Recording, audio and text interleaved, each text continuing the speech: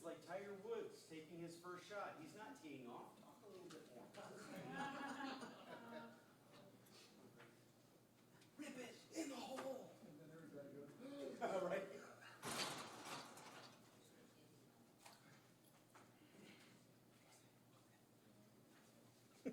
Okay, enough funniness. Good day, Mr. and Ms. GSA, from border to border and coast to coast, and all the ships at sea. We welcome you here today for this GSA Reverse Industry Training Spectacular. Yay! Thank you. Crowd, please keep it down. We are so honored and pleased that you have joined us today, and not just to those of you here in this august chamber in the Washington, D.C. headquarters of the U.S. General Services Administration, but to those of you who have joined us on the GSA YouTube channel. Now, we know that we are competing against all of the Constitution Day parties celebrating the 231st anniversary of the Constitution signing. So again, we really appreciate you being here. Now, we have a day that is absolutely jam-packed with wisdom on the acquisition life cycle of physical access control systems, so let's not waste another moment listening to me, and instead allow me to introduce the intrepid producer of these proceedings, GSA's Procurement Ombudsman, Ms. Melissa Gary.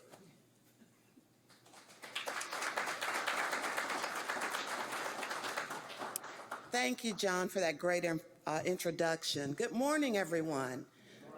Welcome to our PACS Reverse Industry Training Day. So good to see you all. I just want to thank everybody who had something to do with this event coming together. And trust me, there are a lot of moving parts, but we believe the benefits are overwhelming. This is a clear opportunity for GSA to do what it does best, which is collaborate with its stakeholders. In this instance, it's our industry partners. They had a major role that they played in this, and you will hear them today on stage. We have a great program, and again, I want to thank my team, the FICAM team, and most of all, industry. Thank you, and enjoy the program. And it is also good, right, and appropriate to hear from an individual who oversees and directs the development of policies and services for identity and access management to support federal government cybersecurity initiatives and enable secure online service delivery to citizens. The director of the Federal Identity Credential and Access Management Program here at GSA, Mr. Jim Shear.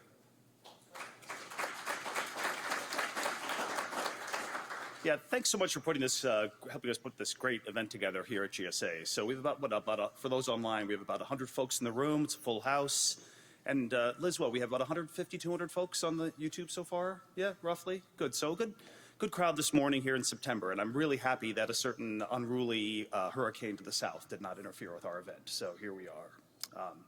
So the focus of today's reverse industry training is specifically on physical access control systems. And we very much look forward to hearing from industry here and from the solution provider community on the latest trends in technology and their feedback on the challenges and often the pitfalls of PACS and federal government. But before we dig in, I just want to take a moment to take a step back to appreciate the hard work, all the hard work of this community and associated community since HSPD 12 was first signed in 2004, because the vision then, and it remains today, is a common identification standard for employees and contractors government-wide. So, and maybe many of you recall those early tough battles when we were getting agencies, for example, to perform even basic background investigation checks on all their employees. Like, those were, a lot of work went into making sure that was happening properly. You know, then there was all the work around technology standardization at NIST and elsewhere to make sure that the technologies we're selecting are secure, they're best in breed, and that they're interoperable across government. And NIST taking the lead there in FIPS 201 and other associated standards. Next came the challenge, of course, of making sure that employees had these credentials. So we know who they are, how do we issue these things? And that was a years-long effort, a lot of great people involved in standing up those systems and making sure we all had the PIV process in place at our agencies. Then in 2015, a little certain something happened. There was a large HR-related database, unfortunately, that had a little bit of a breach. It had been hacked. And so cybersecurity leaders stepped in and really started focusing in on making sure that this strong identity PIV process that we had could be leveraged to better secure our networks. especially for privileged users, so for our super users like system administrators. And since then, agencies have made tremendous strides in progress, so a lot of work going into leveraging the technology, and also kind of ferreting out, kind of looking at communities that need sort of populations for whom maybe the PIV card or the factor might be the best fit. We also struggle about mobile. And so there's a lot of innovation going on right now, notably at NIST and New Special Publications 863, and at OMB in the policy space to innovate policy to make sure we can leverage the best technologies going forward while meeting that original vision. So, but in our program and in the CIO Council, so I'm also chair of the Identity, Credential, and Access Management Subcommittee of the CIO Council and in the CISO Council, agencies are frequently bringing to us, so where is the sense of urgency and priority in physical access? So we've made all this progress. Can we leverage all this tremendous work that's been done since 2004 to bring to bear in our physical access systems? So not just in networks, but also in buildings across government. And by the way, we have great examples of this already going on. So I don't know if you know, but we reopened a tunnel recently over to the Department of the Interior here, and I can just walk into that building using my card. Great example of one being able to access the other. And by the way, just approach me if you'd like to see one of DC's secret tunnels. It's kind of neat. We can talk about it later. But a scan of the last 12 months of news headlines and reports shows a trend, and that is, as logical access has gotten a lot better, physical breaches to get physical access to these servers has increased. It's a problem. Physical access is sometimes and very often kind of that weakest link in gaining access to our systems, and to IT systems including. So very little of even our best cyber defenses matter when an attacker can get physical access and proximities to these systems. And unfortunately, there are many instances where physical access control is based on single-factor proximity card technology. And if we put that in terms of logical access, it's kind of similar to using passwords that we can't change to access the systems. And so we want to do a better job of securing the front door. And much work remains to address this potential vulnerability in physical access. But the PACS world, as we've seen over the last 10 years, is very large and diverse, and many of you are here today, I think. So we have the chief security officers. These are the folks who actually stand guard at our doors and protect our buildings and run these systems. You have the CIOs, including the information security folks who care a lot about protecting our IT assets with strong authentication, including these PAC systems. And then, of course, you have the large community of acquisition folks who are making sure we buy the right solutions in a competitive marketplace. And the White House, of course, leads in policy and setting standards. Here at GSA, we have multiple programs, but notably, we have our GSA FICAM program, which has been active in this space since HSPD 12 was signed. And it includes the program that you're all very familiar with, the FIPS 201 evaluation program and our approved products list. So, and the background there, again, for maybe the folks in the room who have the same 10-year history, it was first stood up in 2005. So OMB had instructed GSA through policy to establish a shared service for federal agencies to test and approve products relevant to HSPD 12 and to list them on this approved products list. The program develops test requirements from NIST standards and incorporates known risks and threats in the operational environment to test the security and interoperability of commercial products with our PIV infrastructure. So based on feedback from industry and agencies, around 2012, the program revamped the testing of PACs by introducing end-to-end system testing. And it's a great benefit because it allows you to know exactly which products work together. So this is very helpful for our implementers and our acquisition folks. And I think I just advanced our slide, so we'll get the next one. So as part of this effort, a dedicated lab was established to perform this testing free of charge to vendors and agencies, to provide the testing itself, to provide a knowledge base and facility for agencies wanting to learn more about the existing approved PACS products, or be able to troubleshoot with FICAM PACS experts on our team, and of course on our larger team in the lab. And once these products and services have been tested, they get listed on the approved products list, which is on idmanagement.gov for reference. So we're continuously iterating on our requirements to adjust to new threats and feedback from industry and agencies. And just recently, we've made substantial updates to the APL. And we also support the federal acquisition community, including our colleagues in GSA here in the Federal Acquisition Service, or FAS. For example, draft recommended procurement language is found on idmanagement.gov, and we hope this language is helpful, maybe a simple copy and paste in helping to guide acquisitions.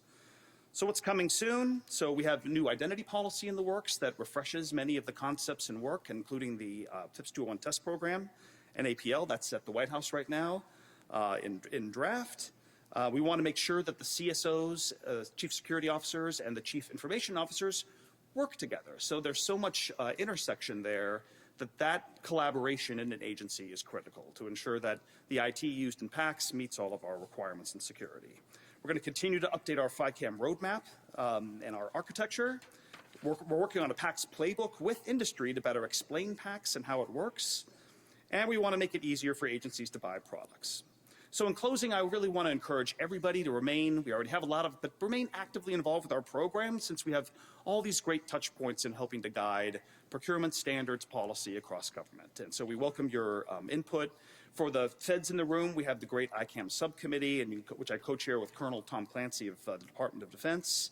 And we have our evaluation program technical working group. So we want to hear your thoughts on how to improve everything I just mentioned, the test program, our guidance, architecture, et cetera. So that's kind of my piece of it here at GSA, and so now I'm thrilled for our next speaker who can give us kind of the big picture at GSA and where we're going and some of our major reform initiatives. So with that, I'll thank you all for coming, and I look forward to meeting all of you in person over the course of the day. Thanks, Jim.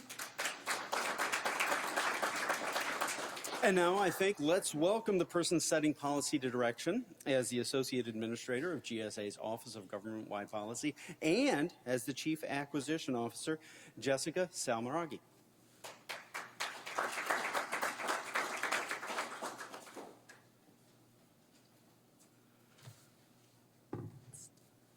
Good morning. Thank you. Welcome to the first government-wide reverse industry training event on PACS. I'm Jessica Salmaraghi, and I'm the Associate Administrator for the Office of Government-Wide Policy, and I also serve as the Chief Acquisition Officer here at GSA. It is a pleasure to address you today. GSA is committed to engaging all stakeholders, and particularly our industry partners, to drive improvements in policy that help the government acquire needed products and services in a more efficient and effective manner. Today's events will be a testament that GSA is listening to our industry partners. The information gained here will play a critical role in advancing government-wide cybersecurity and physical security policies and initiatives. GSA has a long history of helping agencies acquire physical access products and services. We do this in 3 ways. First, perhaps the most familiar is the GSA Federal Supply Schedule program, and specifically Schedules 70 and 84. Agencies use those schedules to acquire PACS products and services. Many of your PACS solutions can be found on one or both of these schedules. Second, OGP has a seat on the FAR Council. The FAR contains a principal set of rules governing federal procurement, including those on physical access control systems. Acquisition officials across government follow those FAR rules, and it also governs the schedules to some extent here at GSA. Last but not least is the Federal Identity, Credential, and Access Management, or FICAM division, also in OGP. FICAM coordinates the implementation of personal identity verification for physical access to government buildings and systems. The office runs the FICAM test program and maintains the approved products list, which enumerates many of the products necessary for PACS regulations. Collaboration across these areas help to provide for a single, interoperable credential to access networks and buildings across the government. The FAR sets the rules that agencies must use the approved products list. FICAM distributes guidance while maintaining the APL, and the GSA schedules then make those products available to agencies government-wide. It is Administrator Murphy's goal to make GSA a best-in-class provider, and the conversation today will help meet that objective. Physical security is critical to the health of both the federal government and to industries.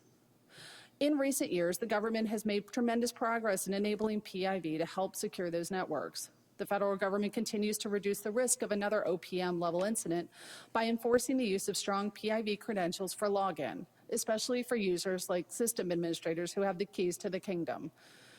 Moreover, the President's management agenda, released earlier this year, reaffirms that cybersecurity is a cross-agency priority goal. While we're improving in cybersecurity, using PIV credentials for building security government-wide remains a work in progress. Agency implementation varies often constrained by competing budget priorities, workforce challenges, or purchasing the right products and services. Collaboration with stakeholders is critical to the success of GSA. One of the several ways that we collaborate with industry is through these reverse industry training days. This model offers a platform for industry to share their challenges in doing business with the federal government, while also providing insights and best practices in the marketplace. Frankly, these trainings help us find solutions to the challenges that the federal government's facing. Today marks GSA's 5th training. Previous trainings have included discussions on cloud computing, the federal supply schedule, and leasing. For each training, industry effort and engagement was impressive. I'd like to thank the Secure Technology Alliance and the Security Industry Association for their hard work in planning and executing today's event. Thank you. The focus of our writ today is to empower agencies to improve their acquisition, planning, implementation, and testing processes for PACs through market engagement. We are acutely aware that the federal government is not the only customer in the access control market, and we are particularly interested in what has worked well in other markets, again, to better serve all of our stakeholders. At GSA, our goal is to give agencies competitive, easy to use, fully FAR compliant solutions for our government-wide acquisition vehicles. As Chief Acquisition Officer, I want to ensure that GSA is providing its agency customers with best-in-class solutions. Our plan is to take the valuable feedback provided today by industry and along with feedback from our agency customers to help inform ongoing business improvement efforts at GSA. We hope this event will demonstrate the impact that industry has on driving change and improvements to our programs and processes, which will result in better outcomes for our customers. On behalf of Administrator Murphy, I extend a heartfelt thanks for your participation in our first PACS event. We truly hope that you will walk away with better insights into the importance of the implementation, the intricacies of acquiring the proper PACS systems, challenges faced by agencies, PACS resources, and above all, GSA's commitment to viable solutions to improve the overall PACS processes for all stakeholders. Thank you for attending.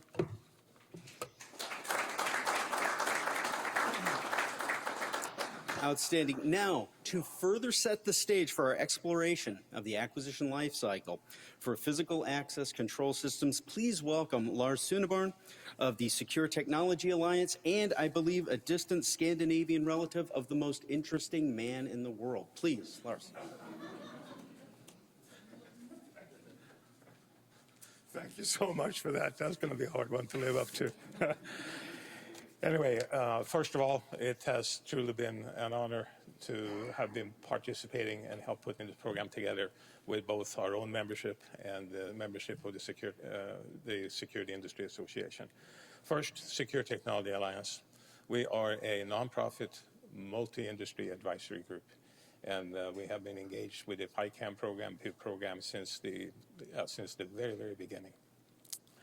And today, we have collaborated with the other industry associations, the SIA, Security Industry Association, and Jake Parker, thank you. We have pulled in expertise from the memberships of both groups to put this together. And the purpose for this is to provide what we think is appropriate level, a high level, of how the different stakeholders work together. We have NIST, who establishes standards for what access control systems should do. We have manufacturers who build equipment that are claimed to comply with these standards. We have GSA and the evaluation program who tests and let these systems prove that they indeed do process all the complexity cryptographic algorithms and processes that are required to do path discovery and path validation today. Then we have certified people that have proven and demonstrated some knowledge that they understand what these systems need to do and be configured in the field. We have done the interagency security specialist that works in conjunction with the agency security specialist, the CIO and CSO, to formulate what is required, what is the proper security level for each one of the different areas. We have the procurement that takes that inputs and put it into some type of language that the industry can reply to. And we're going to see here today some of the tools that exist within idmanagement.gov and GSA.gov. And we have the manufacturers, sales partners, the VARs, the value-added resellers, that are often the front line to make these things work, implement them in the field, and do the life cycle management. And we have project management and life cycle management for that. And with that, I'm going to stop. Thank you so much. And the next speaker here is going to be... Me Yep. again. Yep. Sorry.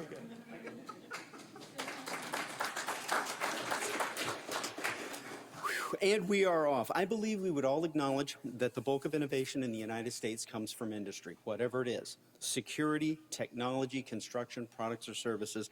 The greatest creative answers come from the private sector. And we in the federal government, though, need that kind of creativity. So let's listen to our guests and the advice that they have for us on physical access control systems for us in the federal government. And I say listen, but we also want you to interact.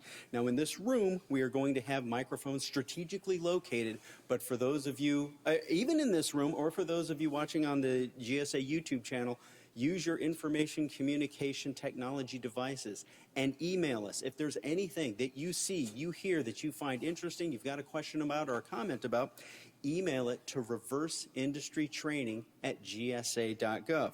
We will pass those questions on to our moderators, who will then weave the questions into their conversation. Those questions not answered will be compiled in a question and answer document that we'll post along with the recordings of these proceedings. Now, with that, finally, getting to some content, let's explore the basic project planning steps, stakeholder roles, and considerations for determining the physical access control system that is just right for your agency in our session, Basic Planning Prior to a PACS Procurement. And let's heed our speaker's guidance to make sure we don't end up with a low-cost system that does not reduce risk, nor end up with an expensive system where the costs just aren't justified. So please, to lead our panel, welcome Mike Kelly of Parsons.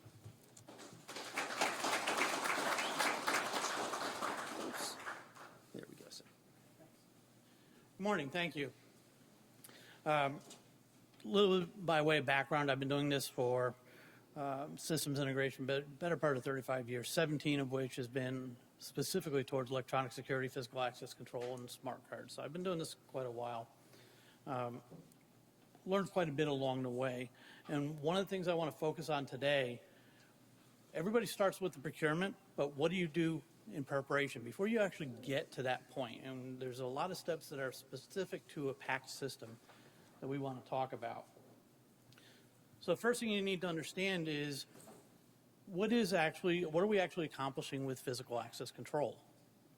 And there's 4 components to any physical access control transaction. You'll see them on the bottom right. We're going to assert an identity, all right? Individuals are no longer making the decisions about who you are. You're telling a machine this. So you have that mechanism that says, I'm trying to tell you this is who I claim to be. Then the computer, the system, is going to authenticate that identity, say, yes, I believe him, no, I don't believe him. Assuming that you're authenticated, your identity is authenticated, you're going to go ahead and get that authorization decision. Now that I know who you are, do you actually have permission? Is this the right door, the right time, right place? Can I get into this, into this particular space I'm trying to access? And then finally is auditing. Once you get through that, going back and looking, did the people get access when they needed it? Were people rejected when they needed to be rejected? And make sure that nobody was falsely accepted or rejected either way. That's all well and good. So when we look at HSPD 12, what does HSPD 12 focus on? And everybody you've seen, I'm sure you've all seen the presentations. There's 4 criteria in HSPD 12 with the credential and how you go about getting the credential. But right after that is the statement that I have up on screen here. And that is that you have to have a graduated criteria.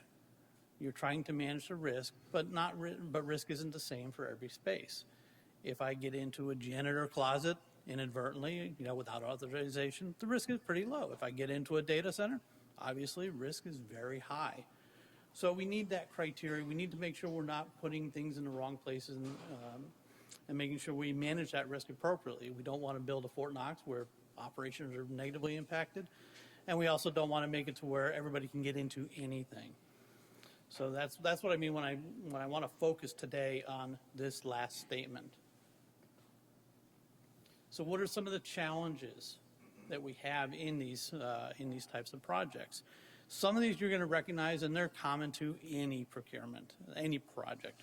Some of them are very unique to PACS. And the first thing you have to understand is your organization and the mission. And the organization is fairly straightforward. You know, you have GSA here in this building, but think about it a little further. How many different functions within this building go on a day-to-day basis in different parts of the building, in different spaces within the building? What happens if you have a building where you have multiple organizations which may or may not have the same goals, the same objectives? So you need to recognize some of those things. Budget and time constraints. Any task along these lines, any system design, there's always trade-offs that have to be made. There's time constraints, there's budget constraints, and recognizing those up front, recognizing how much you can do in the time you have and the budget that you have to work with, you know, that's something you need to recognize up front, because if you overpromise and underdeliver, your projects are doomed to fail. And that's something you have to recognize up front, and they may change throughout the life of your program. The third thing you have to recognize is the existing conditions.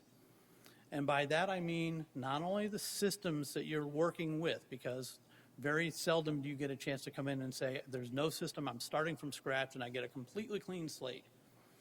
And the challenge is not so much to get the readers, the panels, and all the equipment up on the wall, but how do you make that transition from whatever's there at the beginning? How do you make that transition back to something that is newer, that's compliant, that still manages your risk, but with doing that without impacting your operations?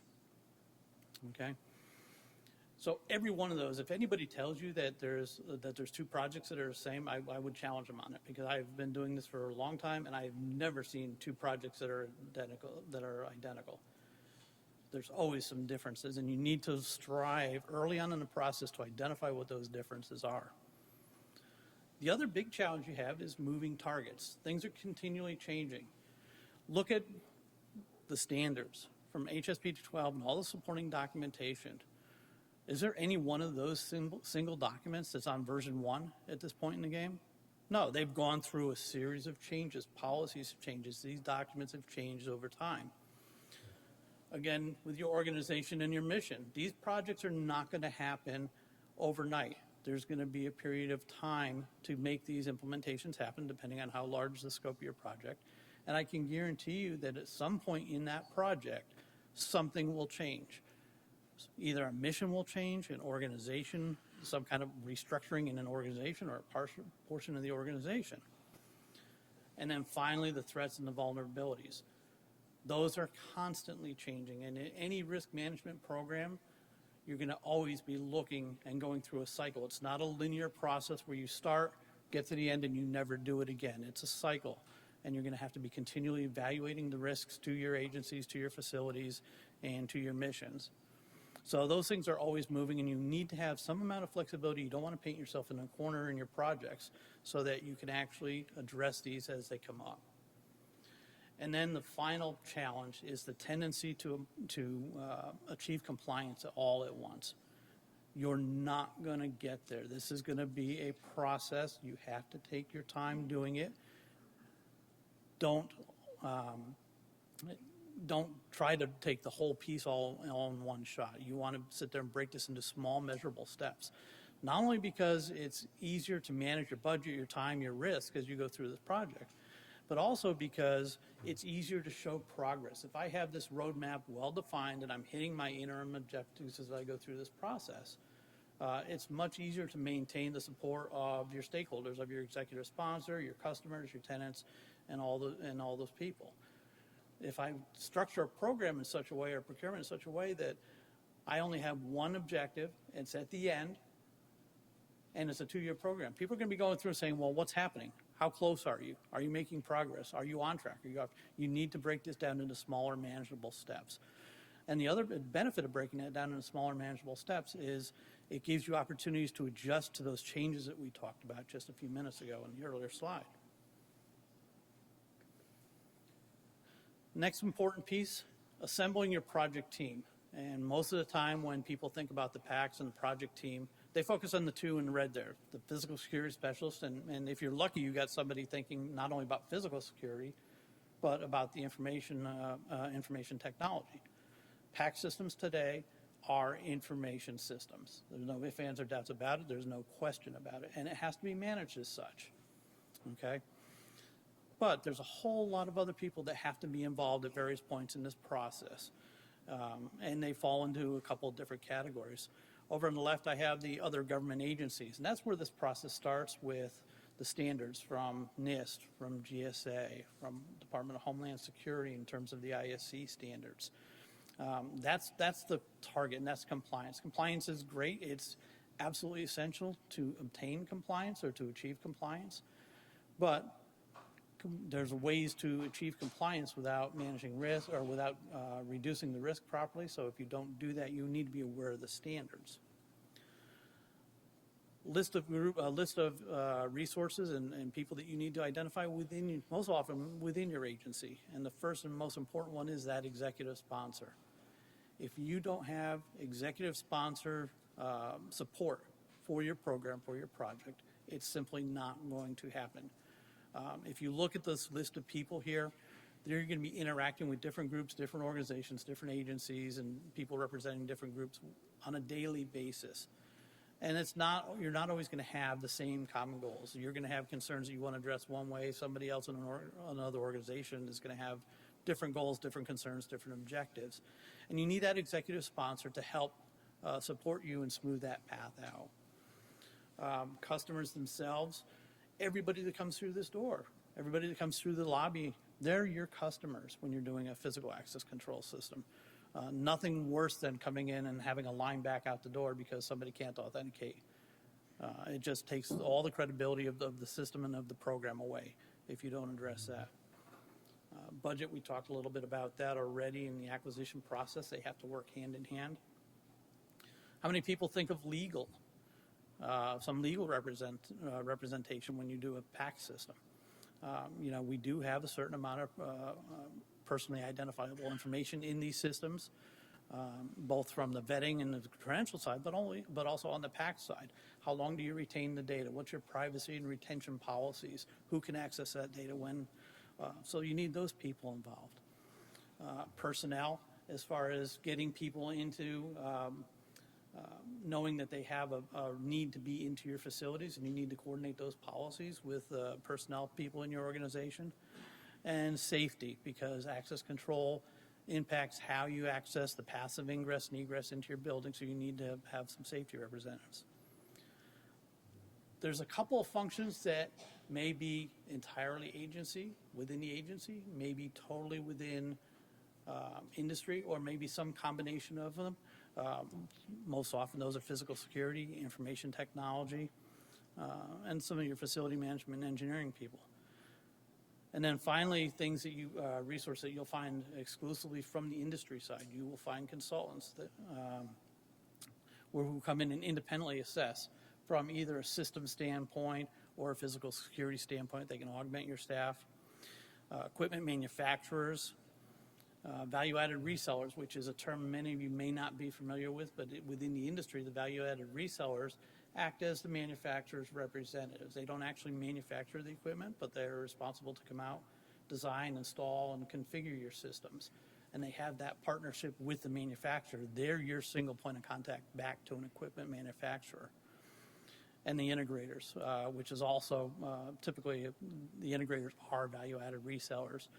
The only exception to that would be if you're potentially integrating to other systems for other sources of data. So the biggest takeaway from this slide, identify the resources that you need, identify where they're coming from. Are they coming from within your organization? Are they coming from outside your organization? Is it a mixture? And most importantly, when you have contractors support or augmenting any one of these resources, make sure that you define how those contractors will interact, because there's nothing worse than having two contractors, and it'll derail a project quickly, to butt heads because they both have different contractual terms, different obligations, and that's something that needs to really be worked into your project plan. Hey, Mike. Yes. Can I ask a question?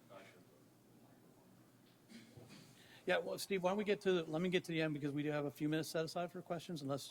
Just one quick question, and that was on your previous slide. I think I understand the NIST and GSA influences, but I'm not sure I understand the DHS one. Can you elaborate briefly? Sure. So DHS right now is chairing the Interagency Security Committee. And when we get into the risk, and you'll see that clearly as we go through when I start talking about the risk assessments, that's where that's going to factor in. Thank you. So most people, when you start thinking about any kind of a procurement, you jump right into your developing your scope for your procurement. And you develop your costs, you develop your timelines, start identifying potential solutions if you're doing equipment or systems and potential providers. And same thing with procurement strategy. Who's going to be responsible for what, roles, responsibilities, the standards that you need to follow, achieve, what types of procurement vehicles may or may not be available, and all those kinds of things. These are all pre-standard in across almost any procurement. You get into deployment. The deployment is a little bit different with the PAC system, specifically on installation design, your configuration, your cutover. Those things tend to be more system specific. But where everybody misses is the two on the left. Because if you notice it, scope development, the first task I have under there is the risk to be mitigated. Well, how do you define that?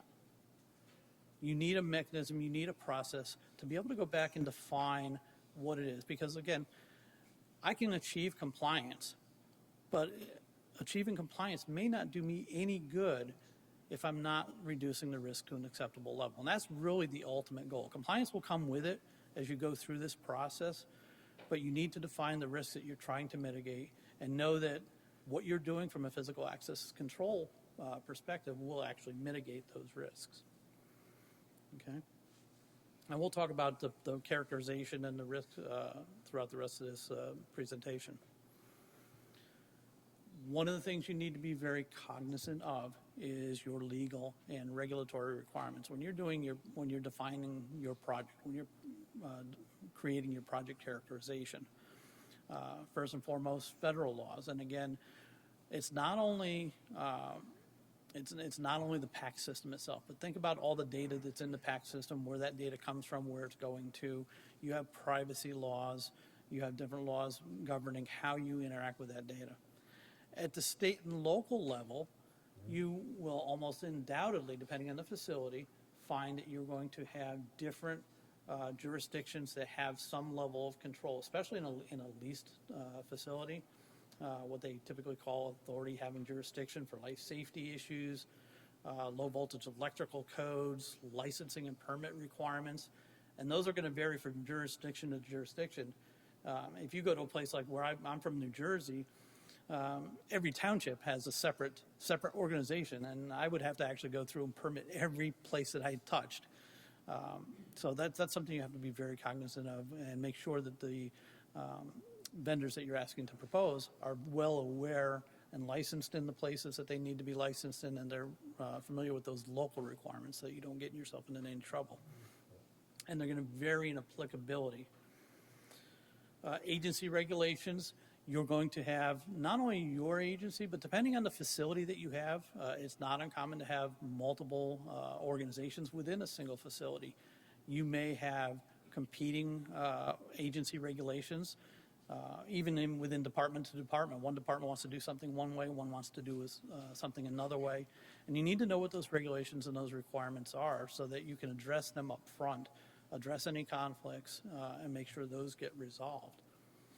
And then requirements from other agencies. You know, we already talked a little bit about some of the standards from NIST and DHS and things along those lines. So at time to time, there are other agencies that imply or infer requirements on you, and you need to have understanding that. And probably one of the most valuable things as a tool, and it's not a regulatory requirement, but there are industry best practices and guidelines, and they come from the manufacturers themselves in terms of the systems and how they would like to see them installed, configured, and things that, yes, you can do it, but it's not going to work that way. It's not going to be best supported that way. And then you have industry organizations like the Secure Tech Alliance, Security Industry Association, and ASIS International They all have different standards and different best practices and guidelines that you can leverage as far as defining your program. When I get into project characteristics, first and foremost, I'm going to define the type and size of the facility I have. And I need to know what my boundaries are, where it is that where are the assets that I'm trying to protect. Am I responsible for just a single suite in a multi-use, multi-tenant facility? Am I responsible for an entire building? Maybe it's even an entire campus. But I need to have that scope defined up front. I need to know where the boundaries are. Do I have people inside my perimeter that have maybe a separate perimeter? You'll see a little bit later on this afternoon when we talk about one of the programs that Roger Rohr and I worked on, where we give you some examples of that. When I know my facility and know what it is or where it is that I'm trying to protect, again, whether it's just a room or a building or a space, the next thing I want to look at is what functions happen in that place, in that facility? What's been done in that room? What's done in that building? What happens if that function goes away, if I'm unable to function? And that's the whole goal, right? I'm trying to reduce the risk so that my operation can continue as often, in as unobtrusive a way as possible. I want to be successful in my organization and how I run. But to do that, I need certain types of assets. So I have assets, people, equipment, materials, information, whether it's personnel information, medical information, contract, financial. I need to know where and how these assets are in the facility. Where are they stored? How are they stored? What format are they in? If I know where these people are, I know what I'm trying to protect. If I know where these assets are, I should say, I know what it is I'm trying to protect, and I know how I'm going about doing that. And then I also need to know how critical each of these assets are to my organization, because again, my sole goal is to make sure the mission continues. There's some assets that, okay, I have backups, I have spares, I can tap other resources where that's not an issue. There are some that if I lose access to an asset, that's it. My organization can no longer complete its mission, its objective, and that's a much more critical asset. Once I've determined where those assets are and how critical they are, I'm going to look at how I'm protecting them now, right? There may be places where I just don't want to focus on right now because, look, they're protected sufficiently. I don't need to do anything, or if I do need to do something, it's a lower priority. And when you get into budget and time constraints, and you're trying to make those trade-off decisions, that's where this comes into the equation, right? I have some things that, yeah, they may not be perfect, but I have bigger risks in other areas that I need to take the money, the resources, the time that I have, and I need to address them there first. So knowing how I'm currently protecting my assets and how effective they are is part of this process when I'm characterizing my program. When I go to do the risk assessment itself, and ideally, because I remember I said risk is a process, it's not a linear, just a linear one-time activity. I'm already starting off with an existing risk assessment that's been done on the facility and in the spaces within that facility. So ideally, I'm just looking to look at the assumptions that were made in that risk assessment, making sure everything is still valid, and that can be a fairly quick process. If you don't have an existing risk assessment and you're starting from scratch, that's going to take a significant amount more, a significant larger effort to do that. A couple of pieces of guidance that I can look at to help me with that process. And the first is NIST Special Publication 800-116. There's some very good guidance in there about establishing risks for spaces, for individual spaces within a facility, so that I know how to select what level of security I need to put on a given door in the facility. I mentioned the Interagency Security Committee earlier on. Interagency Security Committee has standards for establishing the facility security level, and it's a 1 to 5 scale. The only problem that I have with what that by itself is that it only gets you to the facility perimeter. And for you to make access control decisions at individual doors within your facility, you need to go a level further down. You need to be looking at individual doors, individual spaces in your facility. And then finally, ASIS International, which also provides some guidance on performing risk assessments. I said earlier that we were looking at the assets and the threats, and so I'm going to look at all those assets that I had, and I'm going to try to understand based on common patterns. I'm going to look at the threats and what types of threats face those assets. A couple different tools I can use for that. I can go back and look at similar facilities. I can go back and look at similar organizations, even if they're in different types of facilities, geographic common patterns, and try to just get an understanding in a relative manner what the level of risk is to each one of those critical assets and how they might actually be attacked. So from the understanding the adversary motivation and capabilities. And then I'm going to look for the weak points. And somebody once said to me, to be in this business, you need to think like a bad guy, right? So that's exactly what I'm going to do. I'm going to come in there. I'm going to start from my perimeter. I'm going to look and work my way inward, look to those assets. How would I get to those critical assets? And try to identify the vulnerabilities and how they would be attacked. And at the end of the day, when you define risk, it really is the probability of how likely is a negative event going to happen, and if it does happen, how big an impact is it going to have? And when I say impact, I mean impact on your organization's ability to complete its mission and its objectives. When you get down to the probability and consequence, it's simple. You can actually plot it on a 1 to 10 scale, and just looking at the relative risks, the relative probability, and the relative consequence, the impact to your organization. And when I get into making those trade-offs between time and budget and defining how much scope I'm going to put into each phase of my project, I want to be focusing in the areas in red first. Those high probability, they're most likely to happen, and if they do happen, they're also going to have a very large impact on my mission, right? And as I have more resources, as those high probability, high consequence things are addressed, then I can work my way down as more resources get available to where I'm addressing the lower probability, lower consequence. Okay.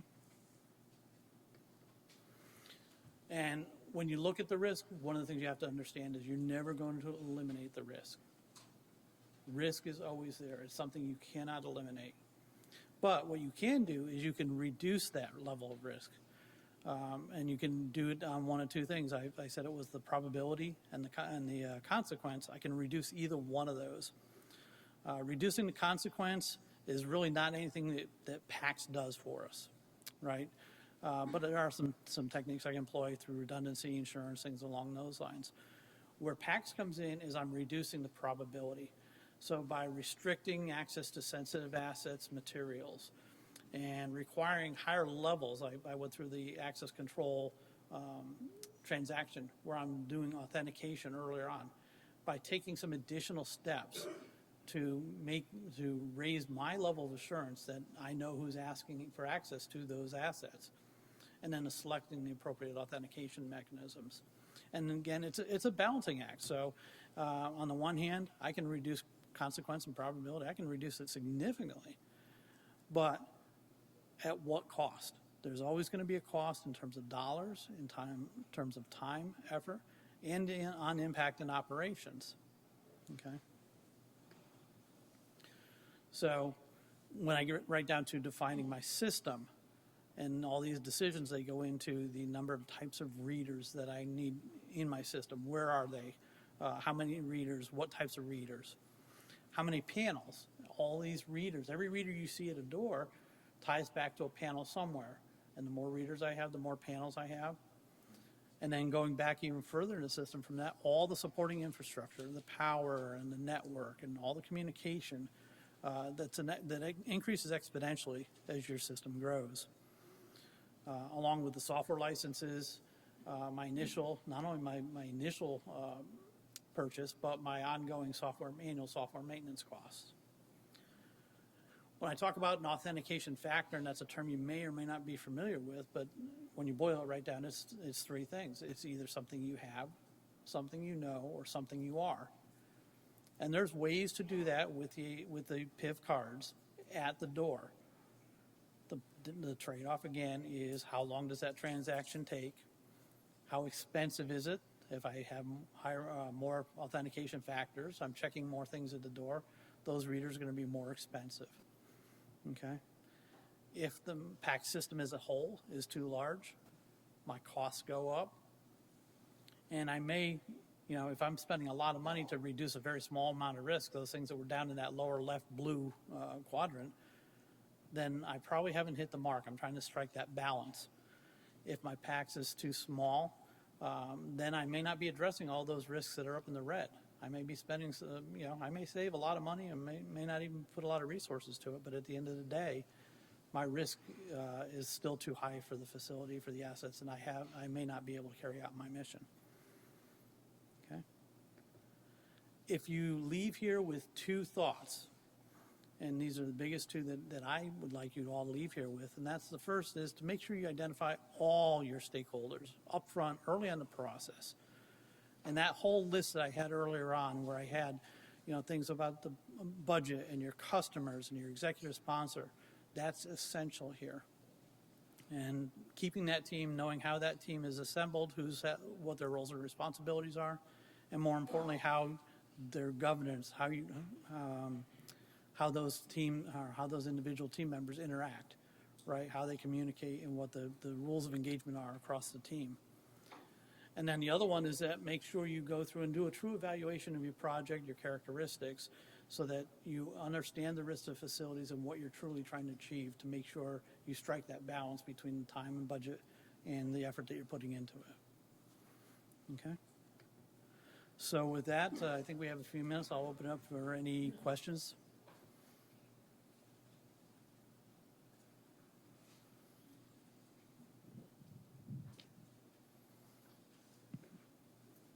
Okay. Excuse me, you said earlier that you would work with both the IC and then we heard you talk about the agency security specialist. What time of the process, at what stage in the process would you engage these different stakeholders on both the IT security side and physical security side? For both of those, I would bring those individuals in as early as possible. First of all, if I don't have my physical security specialist already engaged in the process, I have no basis to know what type of risks that I'm trying to mitigate. And if I can't define that, I cannot build my system. I can't build the specs for my system. From the IT security side, these are information security, or these are information technology systems, IT systems, and in the old days, these PAC systems used to be completely standalone systems. Nobody was even aware that they were out there. They had their own separate private closed networks. Well, that's not the case anymore.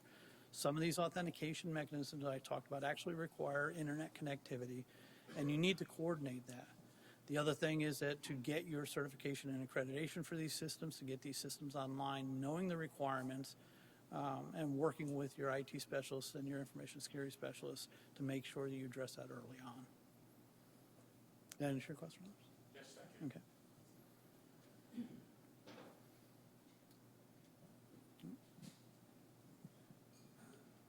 Yeah, Mike, you mentioned the DHS ISC guidance, some of their work, which is excellent. So, absolutely. Any recommendations there on guidance or that they can issue or work on that maybe even reflects this entire process you've mentioned today? Like, what are your recommendations on gaps or opportunities there? The biggest gap with the ISC, it's not even so much of a gap. What they've done is fantastic work in terms of establishing the facility level, but it stops at the perimeter. And when you're looking at from a physical access control standpoint, you have to actually look inside the facility, and you have to take that same process and actually expand it and bring it inside the facility and have a mechanism, a methodology that you can use to go in and assess the different spaces in your facility, where the assets are in those facilities, and have some way of some process, a common process to do that. And I think if you do that, then you can tie it to the authentication mechanisms and get more consistency across the facilities.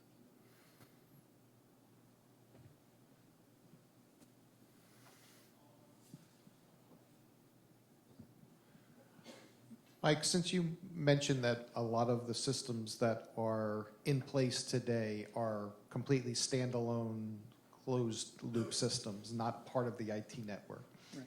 Can you articulate again what are the fundamental changes about the ICAM packs, what makes that different than what maybe the legacy system was in that facility that you're going in to try to replace or upgrade? Sure. So when we talked about the different authentication mechanisms, in the past, something you have, something you know, it was basically limited to, you present your card. I don't need to talk to anybody else outside my facility for that. And you enter your PIN. I don't need to talk to anybody for that. And even if I did something about,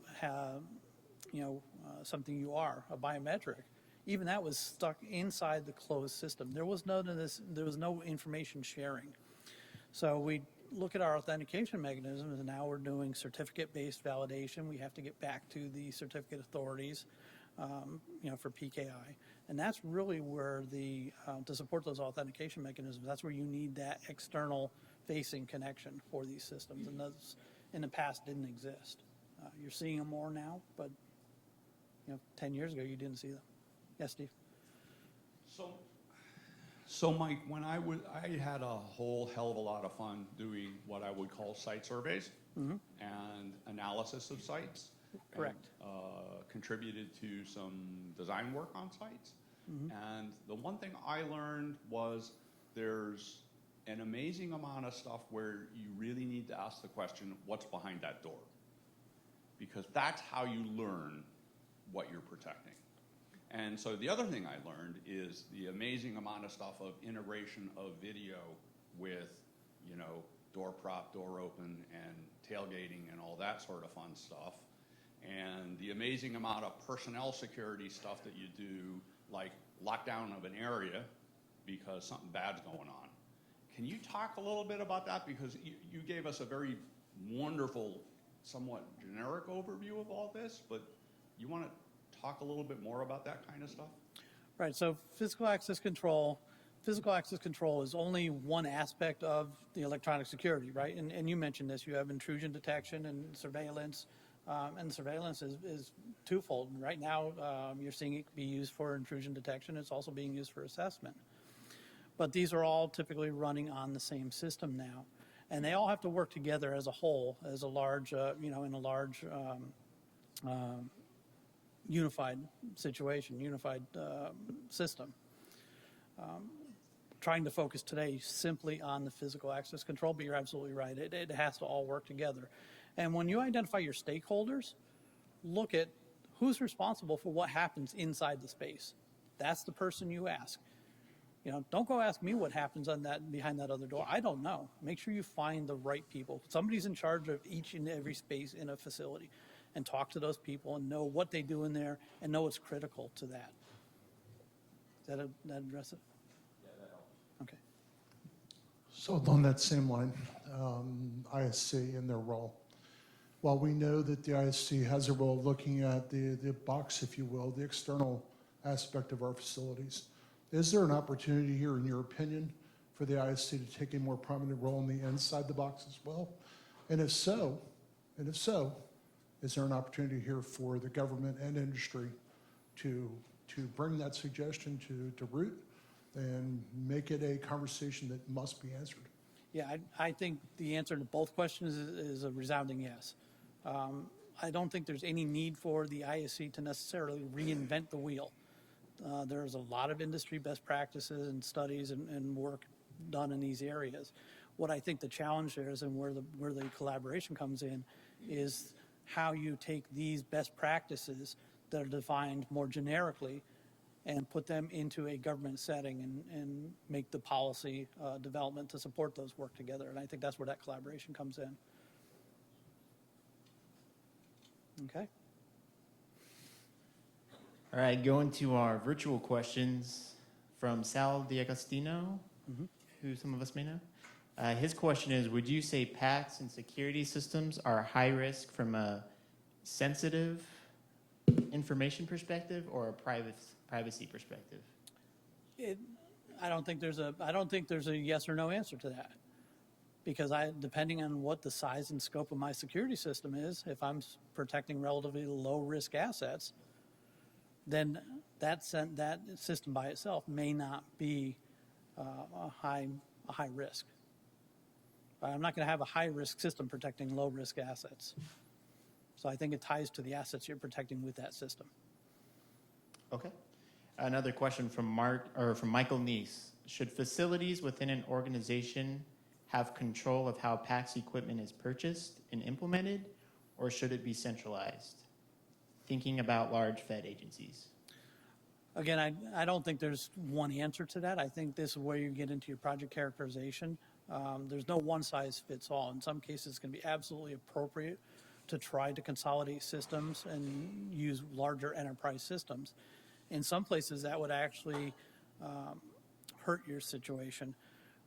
The ultimate decision for an authorization has always got to be done at the local level. That's absolutely got to be done. You cannot do that at some higher level. But how you do that as far as enforcing it, the system, I think varies again depending on the size of the type of system. That's where that project characterization comes in. Yeah. Steve? Let's have a little more fun. One of the things that I've seen over and over again, GSA leases a building, okay? And then they put multiple tenants in it. Mm-hmm. But the building security uses older technology to let you through the turnstiles to get to the elevators, and then you get to the federally controlled facility. Right. And things don't interoperate at that level.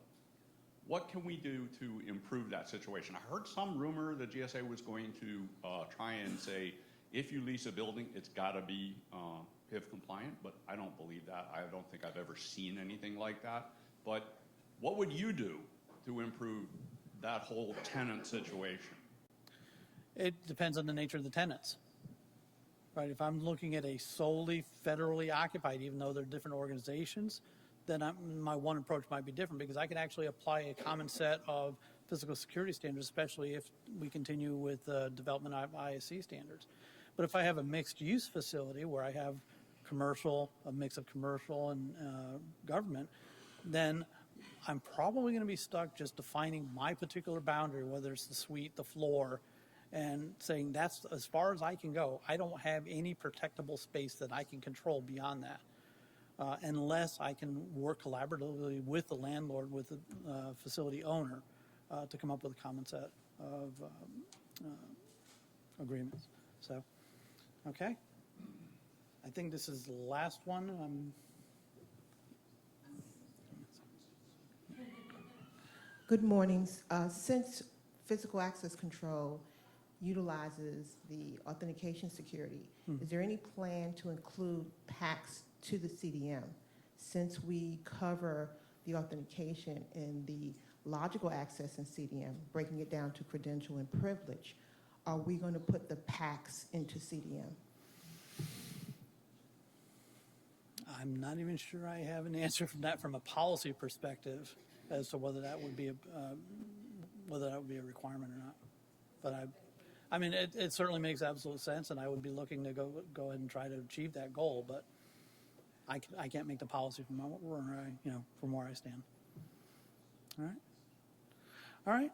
I think that's about it. But I thank you, and hope you found this valuable. I'll be around all day if you have any other questions that come up.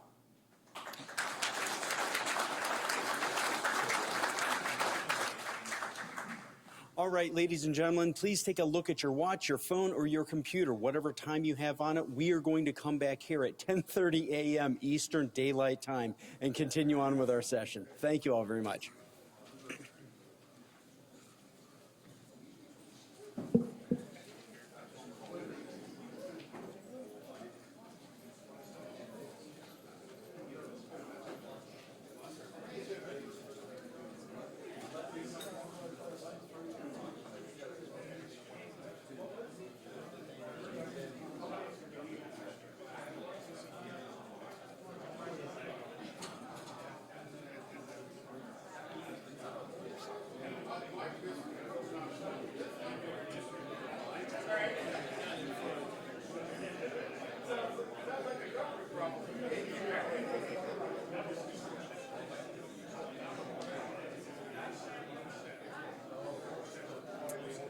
Folks, for those of you still in the room, a few of you have asked about the lunch order. If you have a lunch order and would like to place it, I have a young man outside here at the outside table in an orange shirt. You can find him and place your order.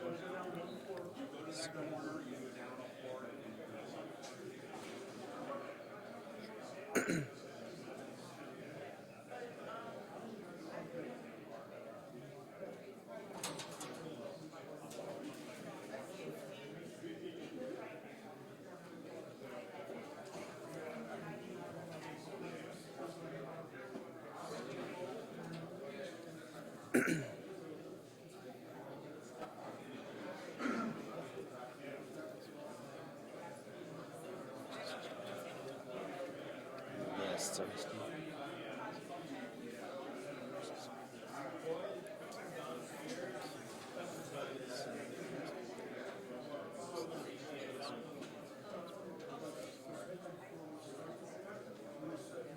think only a few people heard you say pay now, because it was so much noise I could barely hear you. Oh, okay. Very good. Thank you.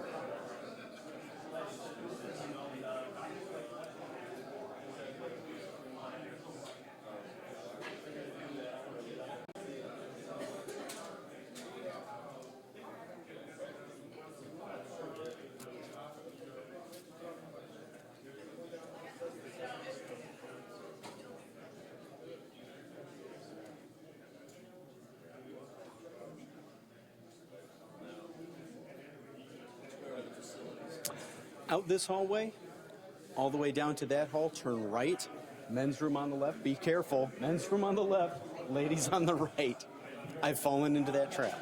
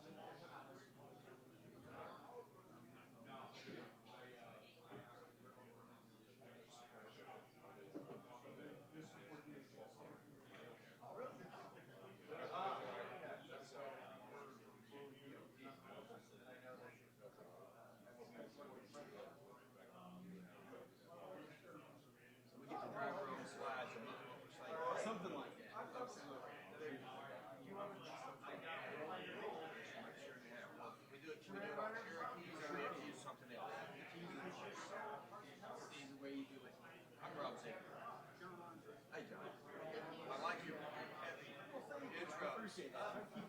We got to do this thing.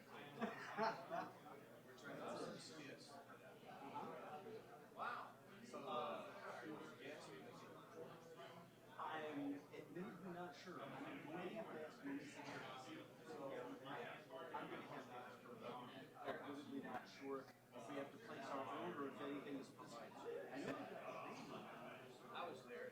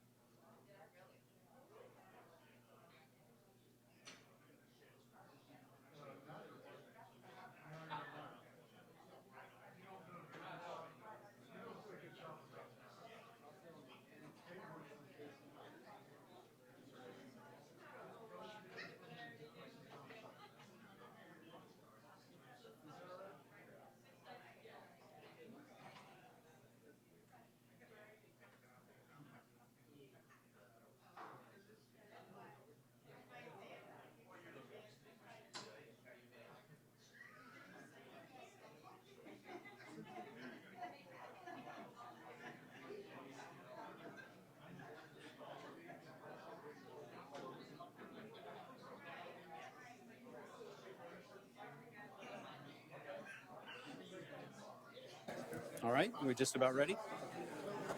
Great. Mr. Hayes, John Hunter. How you advance this one? Enter, and then if you need to go back, just backspace. Okay. Yeah, you just keep hitting the enter up here. That's exactly it. And we're going along. And you are going to be the first person discussing, well, where do you go? Consolidation of government approved products. What's the next slide? Is it It's for Roy. all of them? No, it's just Roy. Roy. Okay. Got it. Okay. then it will go through various things. Okay. Got it. Thank you. Okay, ready to go? All right, everyone, if we could take our seats, we will begin our next session.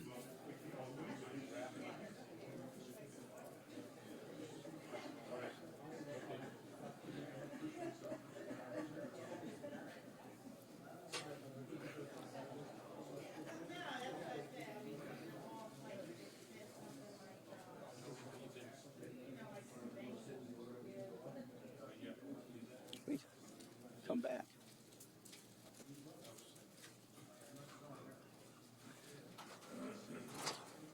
Well, thank you again, everyone, for returning to us. We really do appreciate that. Let's move on then to our next discussion, which will be government-approved product lists.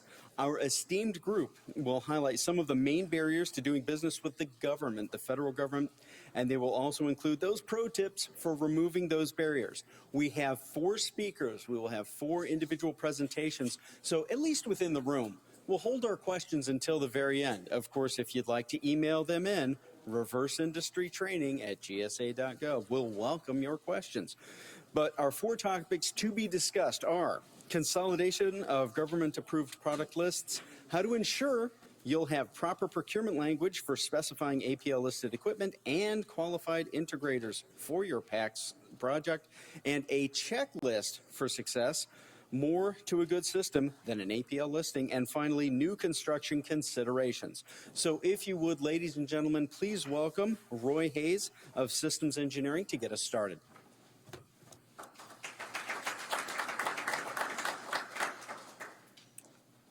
Good morning. Laura said that I'm supposed to keep this entertaining and wake you up, but I don't know how we can make an approved product list that entertaining, but I'm gonna do my best by keeping it short. It's awful early in the morning too, 'cause I normally don't start my day this early, so it's nice to see what the morning looks like. But what I found was a bunch of traffic, but thank you again for allowing me to come up and talk about approved product list. Again, I'm Roy Hayes. I'm the CEO of System Engineering. We are a security and integration firm. Been around for about 30 years. Support a lot of major government agencies as a prime and as a sub. What I'm going to talk about is approved product list, and primarily the 2 major ones that you hear about is the Department of Defense Unified Capabilities Approved Product List and the GSA Approved Product List. And I'll tell you the situation with that as we go through it, how this causes some confusion in the marketplace, especially when it comes to procuring systems. The guiding policies for the GSA APL PAC system in particular is HSPD 12, FIPS 201-2, and the NITS Special Publication 800-16. You can read these, so I'm not going to go through them all, but these are the guiding policies that we look at when we're looking at APL PAC systems. First thing I thought I wanted to do is simply kind of define what a PACS is. I mean, a lot of times we talk about it. The acronym is the Physical Access Control System. So you see in that, and these are not all the components, but these are the major components. Basically the lock, the reader, the controller, and the server. The server has information that goes to the controller. The controller makes a decision whether you can get in or out based on information it receives from the server. And of course, the reader is used for the credential, just to check whether you can get access to who, where, and when. So when we're talking about access control, in the case of physical access control, we're talking about control spaces, okay? In this case, we're talking about, in green, we're talking about a control space. Yellow, we're talking about a limited, and red, we're talking about an exclusion. And we're going to talk about what that really means in the next slide, and basically what it takes to access those control spaces. So when we're talking about control space, green, we're talking about one-factor authentication. And normally we're talking about the cake, the authentication key, the card authentication key. We want to make sure the card is not a duplicate and it's an actual card. So something you have, which is the cake. The next one is what we call limited, which is two-factor authentication, where now we're talking about the cake on the card, and we're also talking about the PIN that allows you to open the container to get the digital certificate. And the third is the exclusion area, where we're talking about the card, the cake, we're talking about the digital certificate, and a biometric feature, normally your fingerprint. So what is the problem? The problems are many, but I listed a few here. An agency requires only PACs off their APO list. A lot of agencies carry their own APO list, especially components of DoD. And if that product is not on their approved product list, they don't want it installed. And that becomes a problem because a lot of the PAC systems, most of the PAC systems that's on the APO are not on these agencies' approved product lists. The other thing is what criteria did they use to get on the approved product list. What it could lead to and what it does lead to is inconsistent validations. The APL list for GSA for the PAC system, they go through a stringent testing through the FIPS 201 evaluation program. When you take PACs from another system or another APL that does not go to that criteria, there's no assurance that you can go through, that system had went through the same rigorous test that GSA APL does. And that leads to a problem. The other problem is that now that the PACS is really considered an IT system, you have the problem with certification and accreditation and inherent in those artifacts that allow you to operate on individual agency networks. So how do we get around that? How can we improve that? Here are a few suggested ways that we think that might work. We will look at PACs from the APL being a flow down, meaning that the PACs on the APL will be the minimum standard. And then if an agency requires any more uniqueness to that, it can add some restrictions, but you start off with at least accepting that the GSA APL PACs be the standard. We've thought about an opportunity to develop a memorandum of understanding so that you can, so some of these agencies that have their own approved product list can accept GSA approved products, PACs, on their approved products.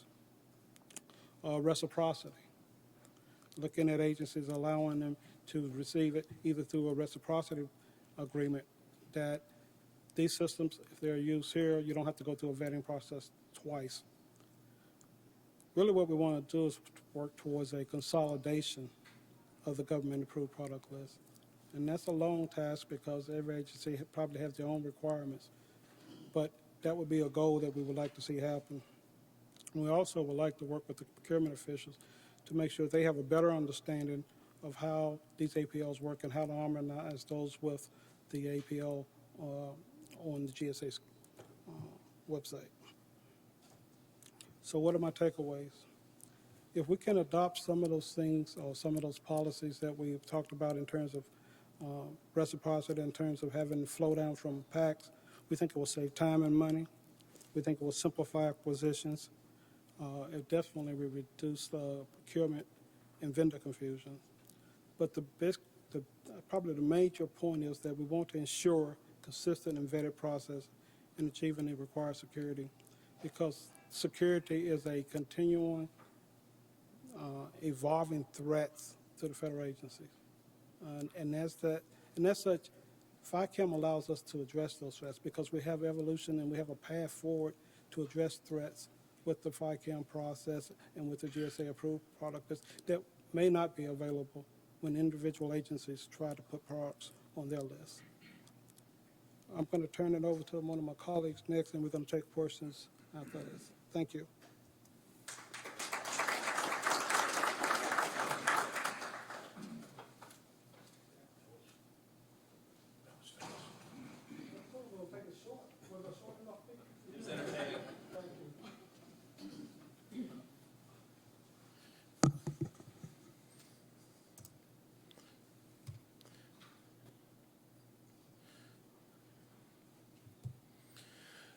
Good morning, everyone. Is everyone up? And Adam, how was the commute this morning? a breeze, right? Thanks, everyone. Appreciate everyone's time this morning and the opportunity for us to share this information. I think it's a great learning opportunity for both industry and for government. And let me get this over to the beginning. Again, I'm Stafford Mahfouz. I'm with one of the manufacturers. Good. Yep.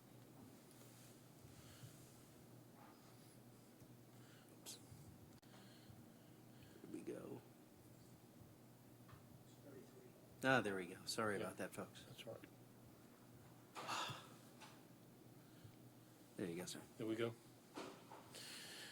Today, what we're going to deal with when we look at from a procurement perspective, there are a lot of moving parts when we look at the PACS system, access control, and initially, access control systems were designed for essentially working with a lot of the legacy cards that we've seen over the years, which also presents some of the challenges that we've seen because today, depending on what phase you're in terms of implementing a fully compliant solution, there are going to be some things that need to be addressed. And so that's some of the things we're going to focus on today. Again, my name is Stafford, and I'm with Software House Johnson Controls. We are a manufacturer of access control technologies. And when we talk about compliance, typically what we find, and this, when we look back at the very beginning stages of when HSPD 12 came out,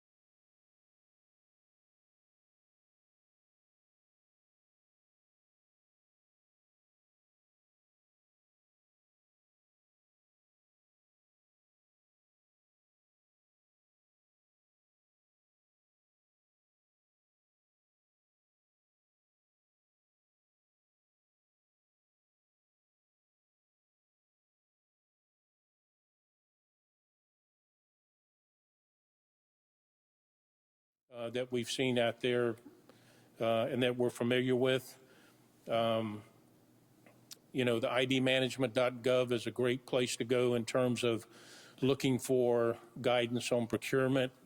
Also, when we look at a lot of the elements that need to be put in place, obviously we need to look at different people within our organization that can help, that are educated on some of these areas that maybe we're not a subject matter expert on. And I know a lot of us as manufacturers are willing to assist our customers and be able to help provide whatever assistance from a technical perspective as well, and aiding with your, with your IT folks. And so what are some of the pitfalls that we've seen out there, some common things that have caused some problems? Usually the statement of work that are being put out there from a procurement perspective are getting better and better, and they're really targeting and hitting on the things that the systems need to do in order to be compliant. And how many of us with our facilities still have legacy cards right, that we still have to deal with.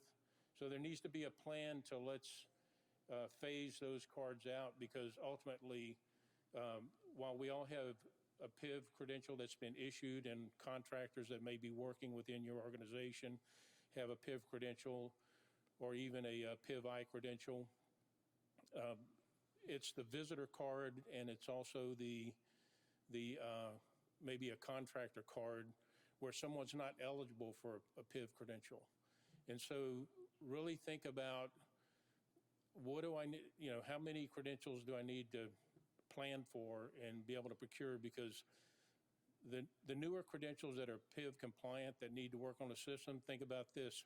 The moment I turn the readers on in my system to become compliant, you can't use a traditional non-PIV card on that reader. It's not going to work. We look at the various components.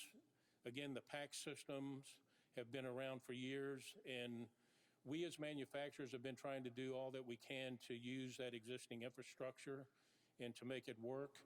But as new criteria is introduced into compliance, we as manufacturers have to be able to make our systems compliant. There may be some firmware changes, there may be software changes, there may be hardware changes.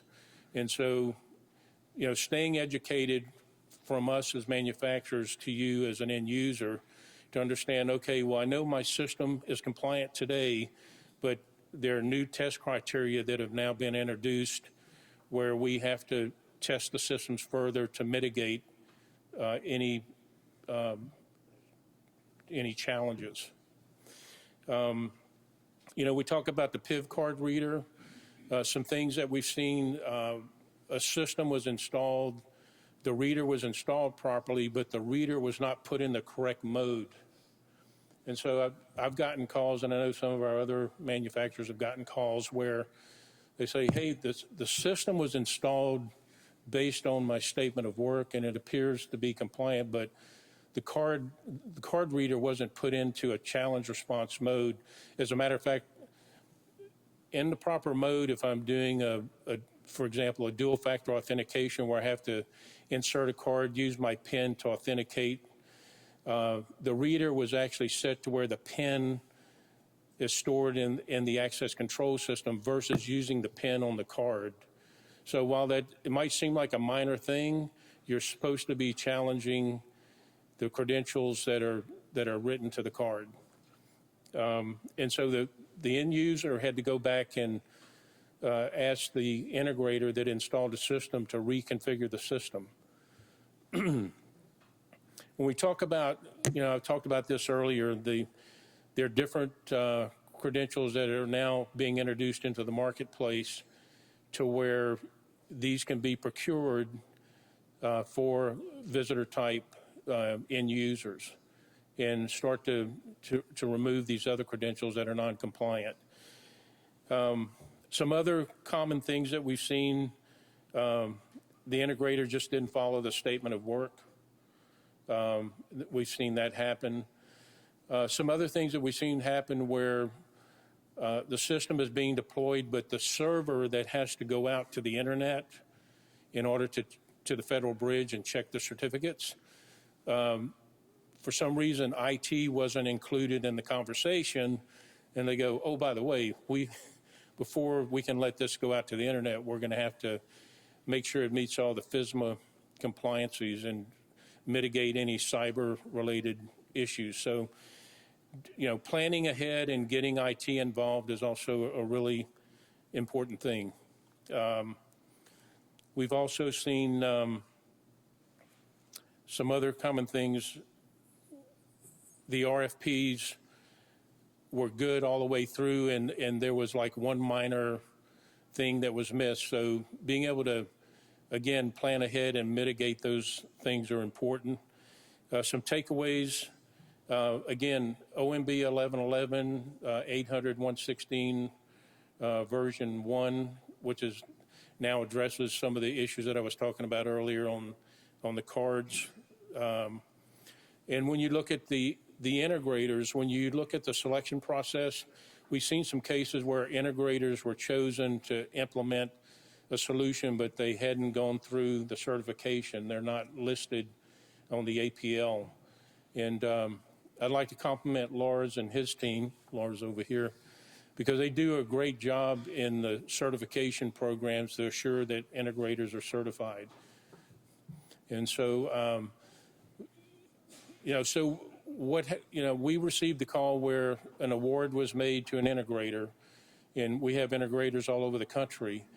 And depending on where these systems are going in, sometimes you don't have the expertise in remote areas, but it's important that during the selection process, when you put a procurement out and you go through the assessment of, well, who's responding, what are their qualifications, and making sure that if they're not qualified, they have someone on their team as part of that implementation that's going to be able to assure that the system is installed. And so what do you do when an award has been made? And this is, unfortunately, this customer, we had to pull together and find some additional resources to assist them and to make sure that the system got implemented. So those are some things to try and head off, before you get that far down the road. Again, I mentioned the ID management website is a good place to go. I would think I don't know, each agency and DoD site varies when they look at implementing a system, but trying to do as much as you can in terms of having an engineering design evaluated before perhaps the final selection is made to assure that the integrator knows what they're talking about or they know what they're doing would be very useful.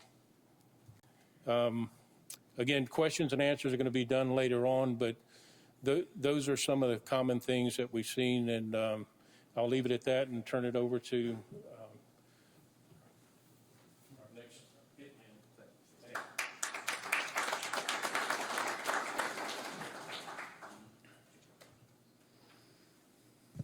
I'm Rob Zivney, and I'm going to be talking about there's more to good PACS than an APL listing, and I'm trying to address some of the expectation gaps that you have to solve. I, too, have more than 40 years of industry experience with building automation systems, computerized, and security systems. In fact, I was involved when my hair was a lot less gray in putting in one of the very first computerized security systems in the Fort Worth Federal Office Building with GSA. So you've got a nice reputation that goes way back. We used slide projectors then as part of the system instead of these. But anyhow, I've been involved with both the industry groups here that are putting this presentation on today, and I welcome the opportunity. First things first, many elements of a security in PACS are really out of scope for PIV. That's one of your challenges. Therefore, an approved products list does not validate the entire PIV or the PACS. Most PACS expectations need to be spec'd out. Specifying being on the APL alone is not enough. So let's look what's in scope and what's not. Let me give you a definition that really comes from a different NIST publication on building automation systems. And a PACS is a control breach in an otherwise secure perimeter, and that's a volumetric type perimeter.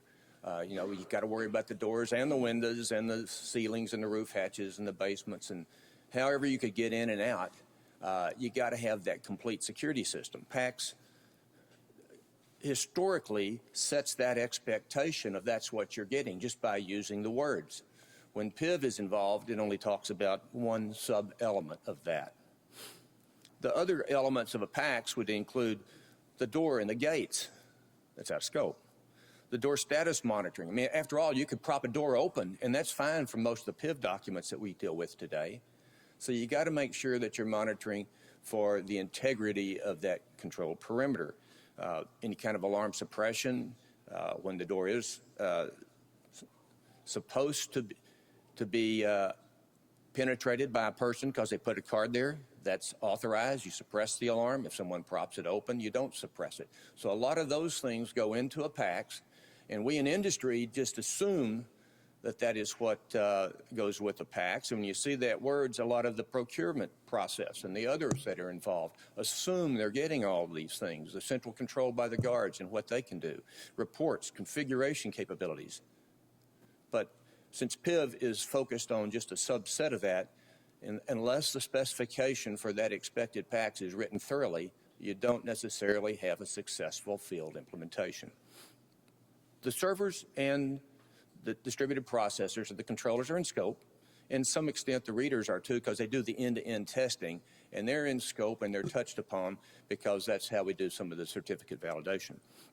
So what are the functions of a PACS? I like to say it's the 4 A's. Authentication, that's in scope. Are you the enrollee, the person that someone else enrolled in the system and issued a card?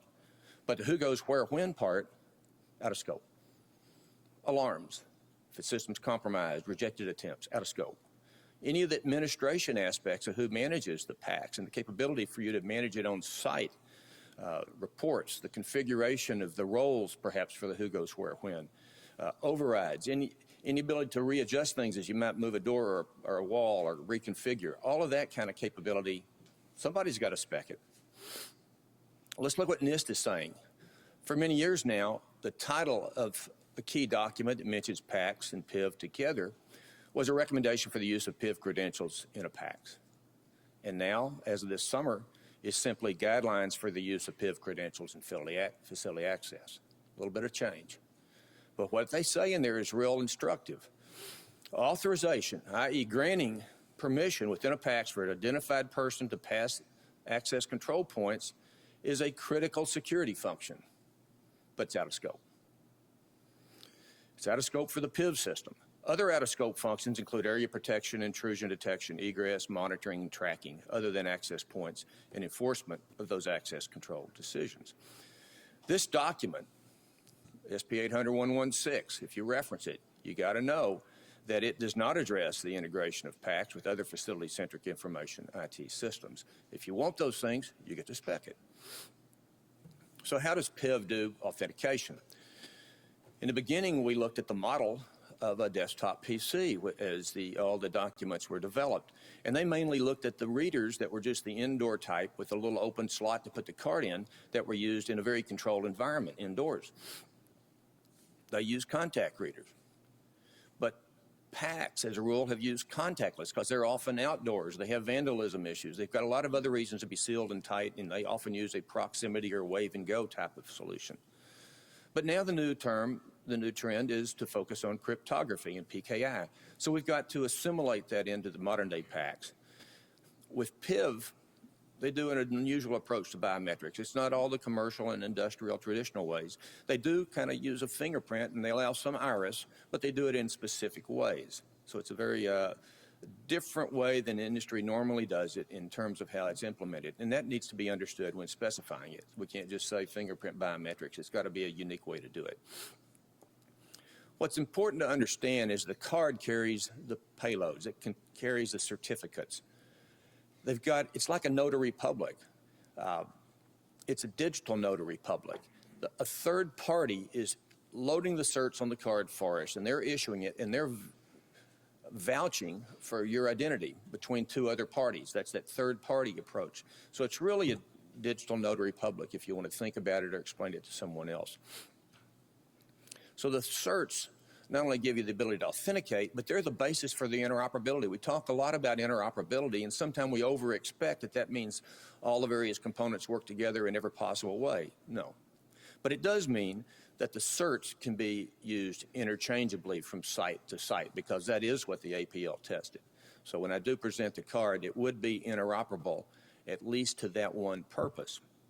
So an agency can read another agency's card, at least for the mandatory portions. There's a lot of options, so you got to make sure that if one agency has an option and another one doesn't, that wouldn't necessarily be interoperable. Specs allow PACs to share that cert in enterprise systems as you move from site to site as well, at least to make sure that that certificate could be read in a predefined way. The APL ensures that. What they test when we send a system to is that they test end-to-end that when that card is presented to a reader in a PACS and it is processed to make sure that you do check that certificate end-to-end and it is granting access at that door from that reader, it does verify that that was done, and only that was done, more or less. So the systems are tested and proved for specific components for a given manufacturer. If I support 3 or 4 different readers in my system and I only submit 2 of them, then I can't put another reader that might work. But if only the 2 that I submitted with my system to be tested at the APL were actually in that list for that test, I can only use those 2. If another manufacturer submitted a different reader that I support, different than the one I submitted, and his is on the list and it's been on the APL, I still can't use it with my system. So I can only use those that are in my record with my system for end-to-end testing. So there's really no guarantee that I could switch components out between one manufacturer system and another from the APL listing. There is not that kind of interoperability. It just means that for the system configuration that's documented in testing, that will work end-to-end to read a card properly. The enterprise interoperability is really done by moving those certificates either by the person you see in the lower left hand as he goes from wherever he receives his card and goes out to a site. He can take that and register in the PACS. The PACS doesn't know he's coming at first. You have to give him the who goes where, when authorization, and that's done site by site. You can download it if you connect it over the cloud or some other kind of wiring infrastructure, but that can be done. By the same token, enterprise connections can be made, and they also can use a certificate authority and certificate validation service kind of as a little add-on aspect to each of the PACs, and then they can read those PKI certs between them. So that can be done on an enterprise-wide basis. Let's talk about what we call the CAK, the Card Authentication Certificate. It's really important for PACs because that's what gives us the wave and go method. It's the contactless. Remember, PACs are associated with contactless. LACS, logical access, has always used contact. And so that's one of our challenges we've got to really understand. The most common mechanism for access control in any PACs anywhere has always really been contactless. So it's best for the outdoors and challenging environments. The slotted readers are subject to vandalism, chewing gum, paper, weather, salt sea spray, all kind of things. The contactless Chewid, something that's going away, the contactless Chewid was a number system that was very fast because it used that wave and go and it worked with the contactless systems. But it doesn't use certs. So now we're moving on from what we did in the first decade of PIV implementation. It's been deprecated. Don't procure those if you can avoid it. The contactless cake is slower because it has the certs in it. It just doesn't work as fast. But it is certainly more secure. Not all PIV cards have a cake. It's optional. DOD has about 40% of the cards out there, and they're not putting the cake on yet for maybe another year. And so that's just something that needs to be considered when you think about the ideal way to do a PACS with some technologies that are not mandated. And also, you can't use this with bio, and I'll say a little bit more about that because it's only contact only. I got a question for you. Show of hands coming. Since PIV in the biometric implementation requires you to put a card in a reader, contact card, you got to put your finger on a platen, and you got to enter a PIN into that reader. I want to see a show of hands. How many think that's 3-factor authentication? For biometric, when you do put the card in the reader, put your finger on there, and then also type in a PIN number, how many of you think it's 3-factor authentication? I see a good show of hands. Are you saying it's in combination with the card auth key or just? I'll get there. Thank you, Steve. The way the rules are actually written, how many of you think it's 2-factor authentication? How many think 1-factor? Okay, Steve's got it and a couple others. Why is that? Well, that's just the way it was developed under the hood, but it's the kind of thing you have to think about because it was originally evolved from what was a contact basis. I won't get into the details. I was asked not to, but it is a single factor. But be aware of that. We can talk about it in the Q&A session. But it is typically, now I could go and enhance my reader to maybe do some additional things to make it work three-factor, but that's not in any of the spec documents, and so therefore it wouldn't necessarily be tested out to work any other way. PACS, in some ways, are essentially limited to one factor. If you look at the top, and this is right out of the NIST document, SP 80116, the definitive one, it shows you 1, 2, and 3 factors available, but that's only on the contactless side, which is probably best used at a desktop PC.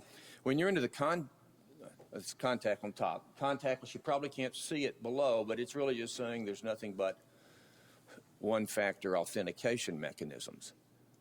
And we need that contactless wave and go to a great extent to get people through doors and gates a lot quicker. There is one version down below. It's two-factor. You may not be able to see it, but we don't know of anybody that's using that yet. So when you think about the 1, 2, and 3 factors as you go to higher and higher security, this is something you have to contemplate to spec it right to get what you need at the right place. Which one is that? We can't read it. Okay, down below, Steve, it says OCC auth is two-factor. Oh, thank you. Yeah, the Chewit and the symmetric cake and the PKI cake is one factor. We don't have the combinations with PIN or biometric that give us what we need really for most PACS implementations with the needed contactless. It's only in the contact. Now, maybe as you get further and you're coming into a computer room and that's the most secure area where you need three-factor, that might work. But you just still got to plan and think about it. The path is not always clear. In the real world, you don't only move from unrestricted to controlled to limited to exclusion. In fact, some of the guidelines say I can only have one factor at each of these, and they assume I make the right path. Because walls get moved around, things get changed. It's more of an industry best practice to have two factors where you're going into a higher area requiring two factors instead of just one. Assume you went through the right path that got you there. And also, this is what we see in the real world. Sometimes something is of a higher security situation, like exclusion, that you should just have three factors there immediately. You don't always go through that progression. So there's a lot more thinking that may be outlined in some of our guidance documents. Interoperability challenges. Not all agencies use the same card capabilities. I said before, DoD doesn't because it's been an option up to now. So if one agency uses a contactless reader with their cake, but another agency is visiting that doesn't have it on their card, do they get in? Yeah, it won't see it, won't recognize it. So you have to have maybe some special escorts, administrative, and extra cost. Card divisions may not always be backward compatible. When I add a new feature in a card, my existing PACS and readers may not know what to do with it. So you may have to upgrade the reader, and right now as we're moving from the old Chewit readers to the new, more of a cryptographic PKI solutions being mandatory, you might have to upgrade the entire PACS as we look forward here, or major upgrades to it or replacement. There really is no full PACS procurement specification for all those expectations that go with the PACS. So, that's going to be a challenge to put those kind of documents together. We do have some degree of a reader specification in the test specs of the APL. That's helpful, but it's not complete. We talk about being part of IT, and it's real critical to understand that PACS are IT plus. They're really a process control because of the controllers and the readers they use. This kind of process control you might see in industrial applications. They're real-time versus batch. They've got to be instant. We've always tried to get people through the door quick. They use distributed processing in case you lose the internet or the connection to the cloud. They always have some capability operating right there in that black box. They're optimized for performance. They're not optimized for running big batch processes, but for getting you through the door. And they're rugged for reliability. These go in unusual environments. And they include alarm monitoring and intrusion. Even though it's out of scope for PIV, it's expected. They're all built in. And they're very secure. And they still, today, they're coming from industry with the card validation services and certificate authority support to go with them. You can expect that, but you got to ask for it. Now, let me talk about some of the power that you have on the authorization end, the out-of-scope part, for visitors. And we're seeing people being creative. If you want to save costs with unmanned stations, you could have a self-registration kiosk with 1, 2, or 3 factors there. Someone shows up, they authenticate, okay, they are who they say they are. But if you have pre-registered your guest with a special role that says a guest, maybe he gets into that door to get into the first level of security within. Another one is maybe we're going within an agency. Because the information about the agency you're a member of is in the card, perhaps it looks at that for the authorization part along with your authentication. If that's okay, it might let you in. You've done a little bit of both. So there's some clever things we can do, but you don't get it unless you spec it. It doesn't come with just being in the APL. So, checklist real quick.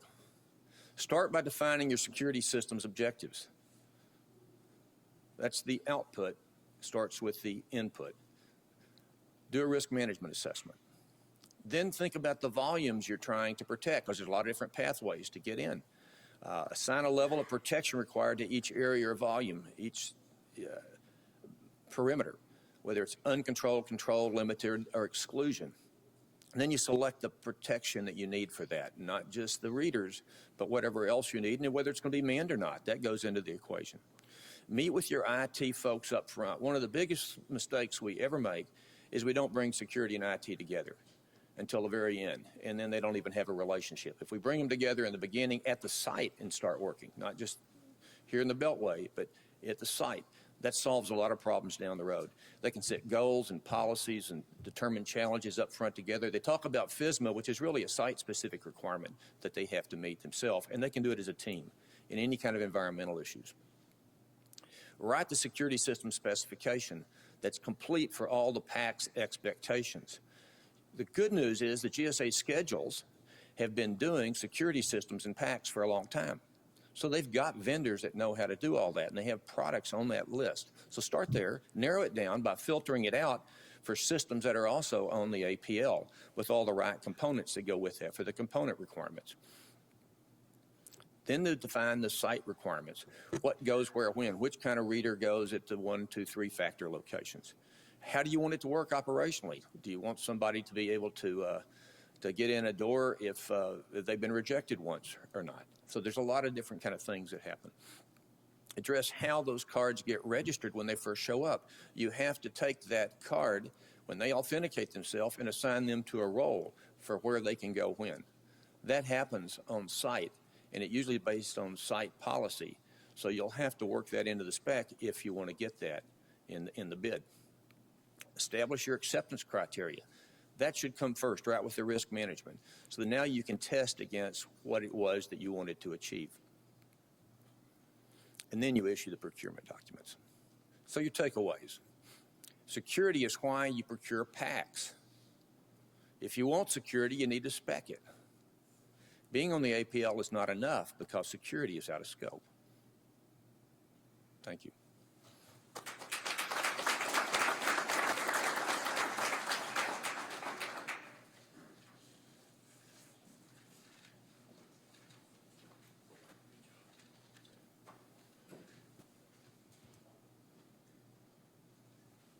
All right, good morning to everyone in the audience and in our virtual audience. Thanks again for allowing us to be part of this program. My name is Tony Damalas. I'm with Signet Technologies, and Signet Technologies is the Federal Solutions Group of Convergent Technologies. For this short presentation, I will briefly review what governs the delivery of a PACS system in a new construction scenario. I'll also review some terms and some definitions of some teams that go into developing the governing documents and the implementation of the system. Give you some examples of how sometimes it goes wrong. Let's look at this little skit or cartoon for a second and analyze how we can become an analogy for what I'm basically discussing. The gentleman with the hard hat has a set of plans and specifications, and he's running towards City Hall. In our analogy here, City Hall is the owner or the agency who's buying the system, and the contractor who's providing these plans and specs for his contract is saying, I've got it all, and once the contract is issued, then that's what I'm going to go by. In the meantime, there are other organizational elements or personnel making up a task force, OMB, GSA, others that are saying, don't forget this, don't forget that. make sure that this is in your regulations to be compliant, the USB 801.16, et cetera. However, once a contract is let and the owner has contracted with a VAR or VAR or an integrator to accomplish what he's hopefully going to be receiving, then that becomes the governing documents, and change orders might have to be issued. Other things that would drive costs up will have to be brought into play. So in the commercial world, this is always the case where I'm putting in what was being designed and what was specified, and if it's not there up front, it's kind of late to not go through the change order or the modification process. Same thing applies here. In our world of developing a PACS that meets FICAM compliance. If it's not in the plans and specs, which we'll define, it'll be a little bit more difficult to accomplish it as efficiently. So what are plans and specs? We heard many of our previous presenters discuss it and bring it up and reference it. Well, the terms plans and specs, when used collectively like this, plans and specs, is basically referring to the complete set of documents associated with the written requirements and the blueprints or the drawings that go into developing the construction project to completion that we're discussing. So it's a term that implies the governing documents and the rules that need to be followed to implement the solution. The specifications specifically are the written requirements that are going to describe the work being performed. It could actually go into detail of what products they're looking to expect for this project, services, performance work statements, general scopes of work. These are the written documents that are referred to as the specifications for the projects. What's important here is that there are many contractors under various levels, and we'll show a diagram in a second about how there's a tier 1, tier 2 structure. Those plans and specifications were meant for the whole project, and therefore they were meant for all contributors or stakeholders or integrators being a delivery of some service for that organization. What it binds them to that project is the legal contract that they've created with their first tier up contractor. If a prime contractor, for example, issues a contract and he does not state in his specifications, your portion will be provided in compliance with per plans and specifications, then the only thing that subcontractor is liable for is whatever's in his contract with his next tier up. And when the prime contractor shows to the subcontractor, you failed to deliver this particular part that was written in the plans and specs, he's going to come back and say, well, you did include that in your contract. So in your general specifications and written documents, make sure that you have the language that says all applicable references to these plans and specs must be included in your contract documents with your sub-tier organizations to assure that it's their responsibility that any lower contractor involved has to also review the plans and specifications to be sure that he doesn't cause a deviation.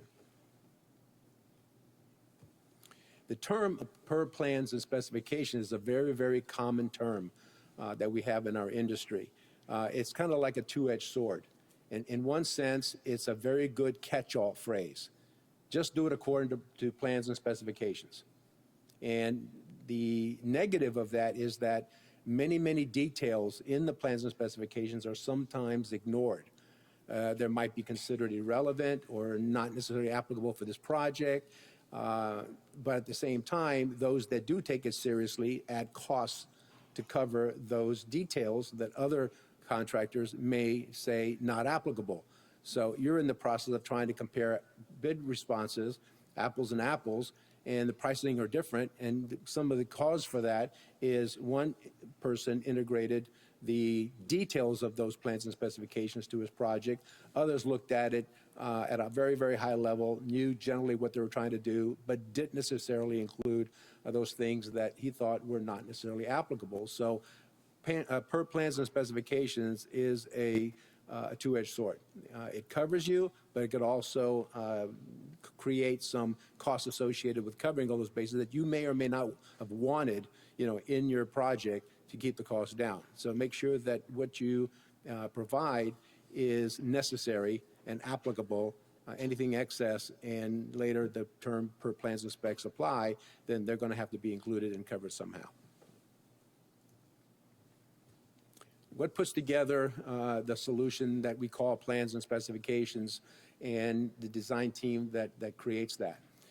The owner, in this particular case, is going to contract primarily with an architect who is in a sense, the conductor of all of the various specialties that go into completing the design. There are specialty areas like civil and structural consultants, mechanical engineers, electrical engineers, plumbing, and others.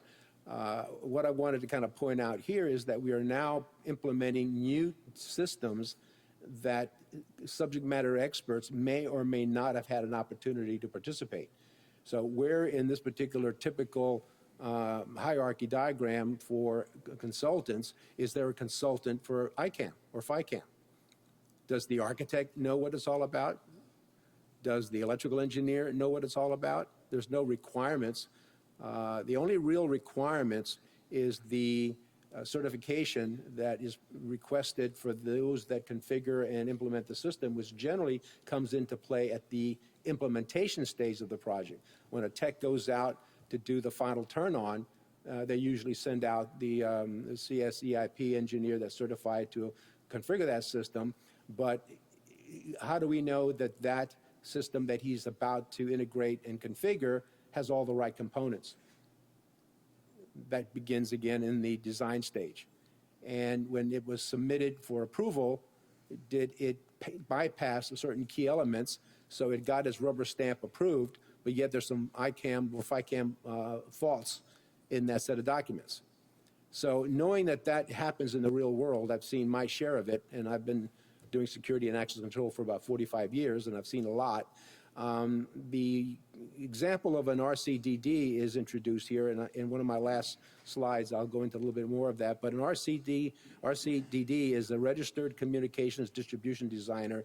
It's the person who is supposed to review the networks and all the communication infrastructure that goes into a project. You can only show so much on a blueprint. The actual details of the switches, the controllers, et cetera, go into this project, have to be configured properly to work to the scale that you expect.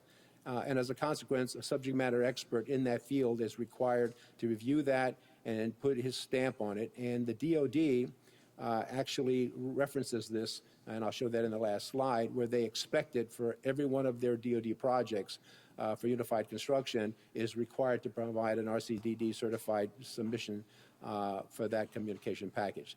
So as a hint for maybe a future discussion, may not be a bad idea to include a CSEIP or an equivalent subject matter expert as part of the review of the FICAM solution being submitted for approval, so at least you can catch the potential problems before you approve the set of drawings for implementation. Once it's implemented and it's not done correctly, then many times the owner and the contractor and the specialty companies are looking at each other saying, what do we do? And it, of course, introduces delays and additional costs. So this is the design team that's made up of various consultants. Once the selection of the contractor is made, then you have another relationship between an owner and a prime contractor. Prime contractor being the first one responsible for the entire project, and also referred to as a general contractor. There are many general contractors, but in a position of deployment, the first one under the owner is referred to as the prime contractor. Contractors beneath the first one are referred to as Tier 1 subs. And as you can imagine, the one below the Tier 1 and is responsible to Tier 1 is another subcontractor in the Tier 2 category. And there's also a Tier 3, Tier 4, depending on what subject matter experts are needed for what particular role. The comment that I made earlier about making sure that the wording and the language of what's in the plans and specs are also observed and followed by the various contractors on the project. This is where a Tier 1 may create a contract with a Tier 2, a prime may create a contract with a Tier 1, and unless specifically written that he must provide a pass-along or a pass-through of the references in the document that govern the construction of the project are in the contract he's created, there's a high probability that if there is a conflict, it'll be a stall of the project because the Tier 2 has to work out the problems with Tier 1, and that he's going to say, that's not my job. It was not in my contract. So the importance, again, of referencing the plans and specs in various tiers going down. The negative of all this, of course, from a financial perspective, is that you could have a Tier 2 subcontractor be the specialty integrator providing the FICAM PAC solution. And as a consequence, he's selling it to Tier 1, and Tier 1 is selling it to the prime, and the prime is selling it to the owner. So costs sometimes are padded to cover their operational costs as it goes up the line. So this is why sometimes what you might think a particular GSA price for something might be advertised to be doesn't become the exact price you pay for it. Again, based on how you structure the cost and financial aspects of the contract, you've got these layers that are impacting that price. Let me give you 4 examples of things that I took directly out of real specifications that came across my desk.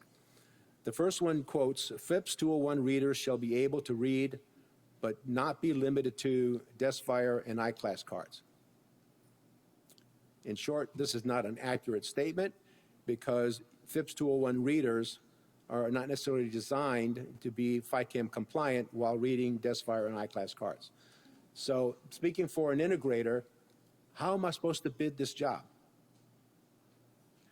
If I bid it in a low-end approach where I'm providing DeskFire or iClass cards and not the ability to do the FICAM compliant authentication process with the PIV cards, then I am possibly different in apples and apples comparison. Apples and oranges becomes the scenario, and pricing differs. And the readers that I'm providing, if I turn them off from the FICAM mode and allow them to read other cards, and there are readers out there that are designed to be able to read multiple technologies, then I basically destroyed the high assurance mode of the FICAM reader and created low assurance technology to be introduced to that reader, and I've defeated the purpose.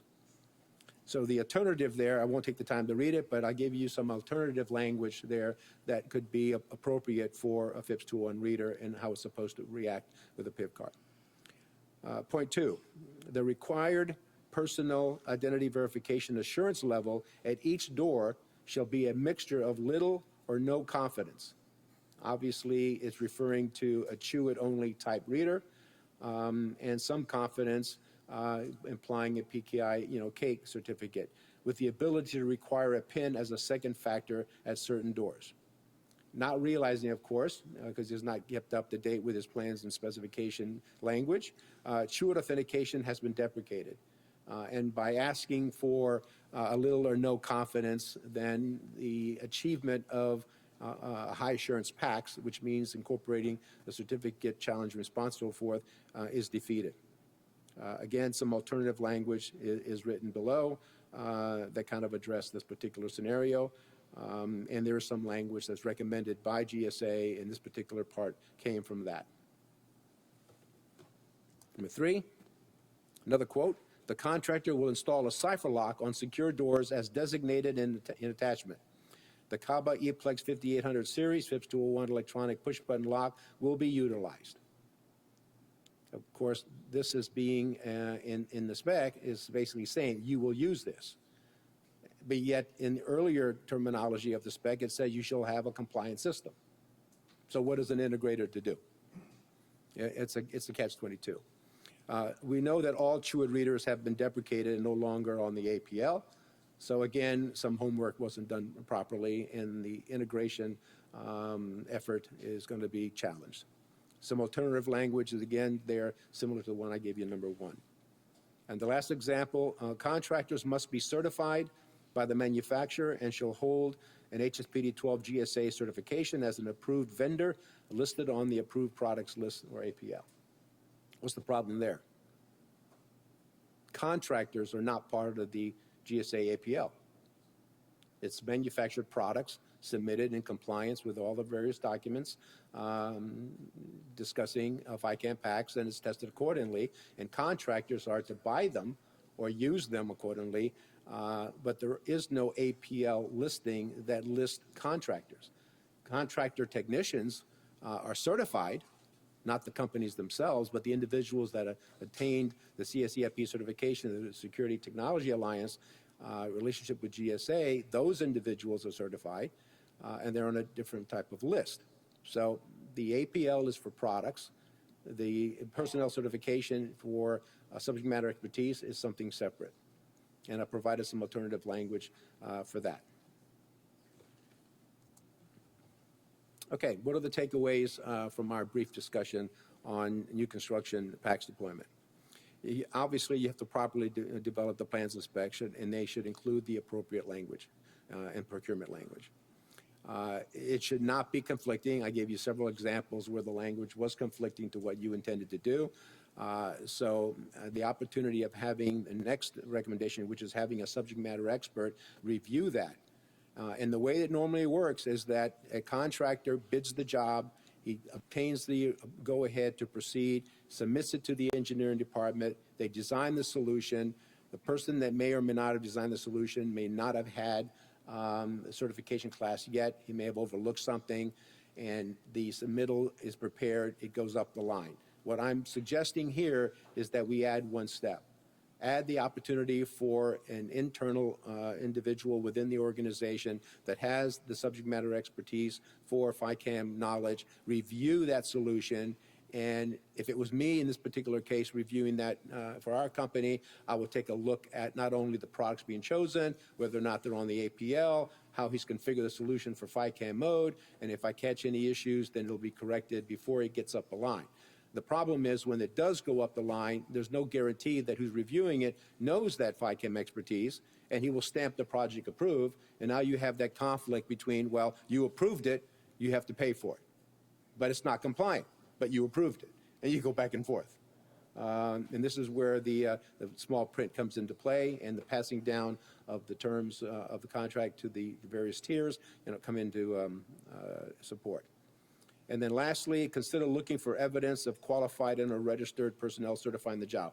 In the actual submittal process, besides having an internal good idea to review it for the benefit of the contractor providing a quality solution, it's also something that can easily be looked at because the RCDD example is something that can easily be introduced, added to the submittal process so that when an engineer is looking at a recommended FICAM solution, he can look for something on the drawing that says it was reviewed by an appropriate subject matter expert and recommends the fact that this is an approved solution. And this is the last slide that kind of goes into some of the detail for what an RCDD is to give you that discussion support of what I'm saying. And down in red in the DoD requirement, page 3 of the DoD UFC, it actually reads the following. Ensure that the bid documents require an RCDD stamp on the contractor's telecommunications shop drawing submitted for approval. That's in every project, and the engineers look for that. So they themselves may not have to be subject matter experts, but they've got some reason to trust what was submitted. And I think we're going to be gathering up on the table for some questions for the entire 4 sessions. Thank you.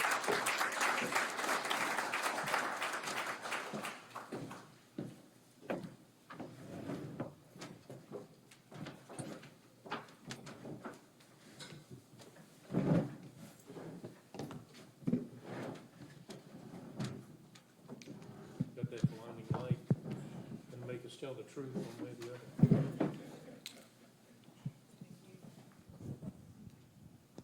We're ready.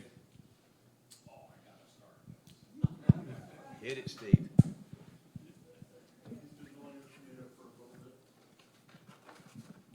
Actually, I thought this was a really good panel, so congratulations and thank you very much. But I do have a question for Tony. So the way you presented it, it was a construction and implementation thing.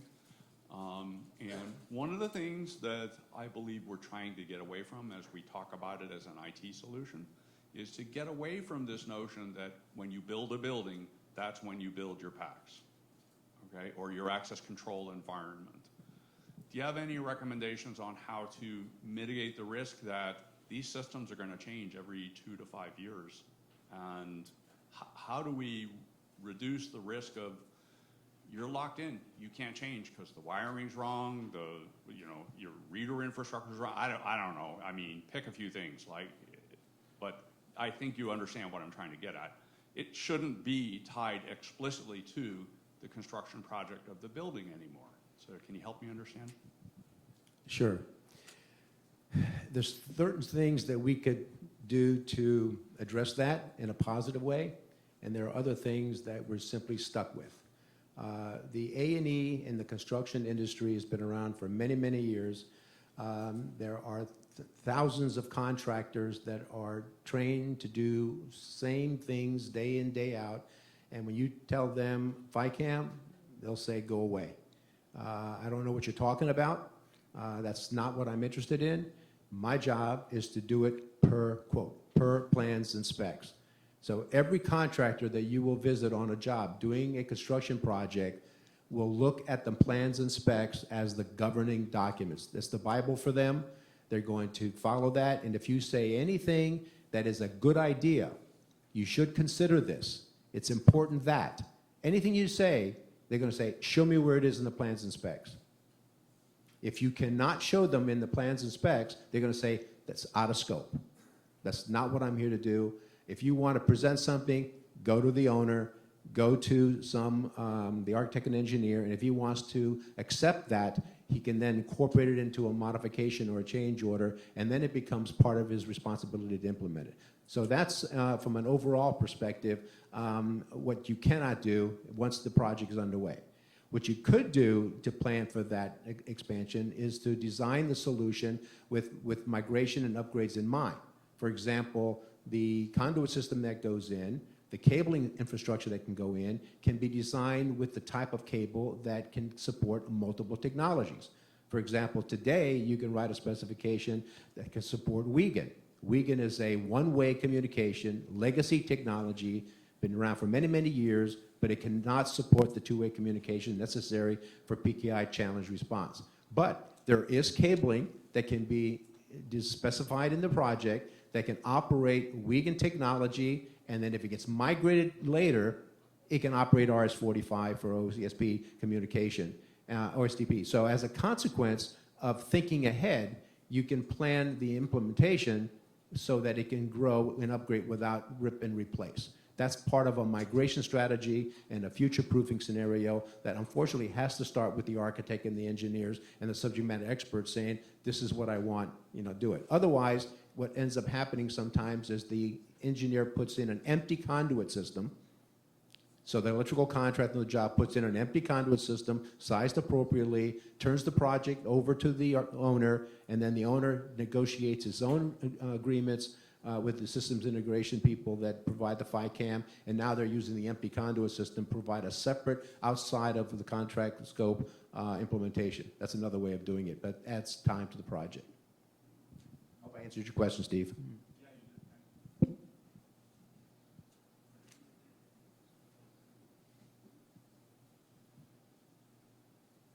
Got a few virtual questions, and I'll come back over here if that's right. So question one, what is the technical guidance or standard regarding a full hardening protection of the TCP/IP, RS-485, or RS-232 PLC ports, which PACS manufacturers are still using? And then the comment is, as you may know, a reverse hacking by using those PLC ports, either RS-485 or RS-232, can take place. I guess I'll give that a go. Is this thing turned on? Yeah, just tap it. Can you hear me? Test. Okay, the question deals with secure communication for either 232, 485, or TCP/IP. So the readers themselves are either communicating WEGAN to an interface module that then can secure the data from that module to the PACS panel, which is where you're dealing with some of the legacy Wiegand communication and you're using a converter. More of the newer solutions out there are the readers are securing, you have a secure channel on the 485 side where you're actually encrypting the data from the reader back to the controller. And most of the controllers out there are invoking some level of AES encryption, whether it's 128 or 256-bit encryption. So I don't know if that answered that person's question, but that's that. Good morning. This is either for, I guess, Rob or Tony, but along the same lines, from an information security standpoint, are there or is there any central repository that might contain secure configuration guidance for those items that are on the approved products list, specifically meeting the requirements that are now set in FITARA that we have to meet before implementing any system, and preferably anything that would cover disastigs as far as monitoring of these devices, since they're now coming closer and closer to our active lands? Tony, I'll take the first shot. I think that most successful government implementations start with a lot of communication between the potential suppliers, vendors, integrators, and what that particular government agency or site wants, because all those things you mentioned usually exceed what's in the APL, et cetera. As we tie into the IT system, that's good as far as the workstations, the servers, and out to the controllers that communicate that way. I think what Stafford was talking about is communication, all the way out to the reader might have been something that is outside of that because it's isolated by the controller. And they often are encrypted, available, but you need to specify that. And some of those requirements you talk about vary from agency to agency and often exceed even some of what you were saying. We are mandated as part of the test criteria where the communication from the reader going back has to be encrypted. So if you have a system that's on the APL that passed compliance, that communication information is encrypted. But not necessarily a specific specification. There's a lot of different ways to do that. It hasn't necessarily fallen into one definite specification like some of the other areas we deal with that are on the IT network itself. Some readers are actually on the IT network, depending on the configurations that the supplier is offering. So they would be a little bit more secure per your question. It might be a reader-controller combination that's an all-in-one unit that you might see in a low-density, widely distributed doors where there might be just one door in a building or something like that. I think we got about 3 minutes. 8. So a few more questions. These are from Jorge Lozano, by the way. So another question from him is, cloning a prox card is very simple, and many federal agencies are still using them. What is now the latest development in the federal agencies regarding the use of those prox cards? Don't use them. Good answer. There are credentials that are presented to so-called FICAM readers, and they work, but you have to ask the question, what mode is that reader in? If that reader mode is FICAM, it's supposed to challenge the reader to make sure that it is not cloned, and if a clone card is presented and it works, then obviously the FICAM mode is not operational because it should have rejected it in the first place. Now, as far as the use of those credentials in a FICAM scenario, then I would say that it's definitely possible to use those in a migration strategy because the government is practical in such that you can't go from A to B that requires a lot of steps overnight, but if you suggest a strategy that says, today I'm going to be putting in new readers, I've got plenty of cards that I need to migrate out and bring in the use of the PIV card. While I'm doing that, they have to be operational. But at this point, I'm going to phase them out and then turn the readers back into full FICAM mode. So these credentials that we want to be not used anymore might have a short-lived benefit if they're in a planned migration strategy that ultimately the end goal is non-use. In other words, you're not going to use them anymore. That's the plan, but I have to get there in a very practical way.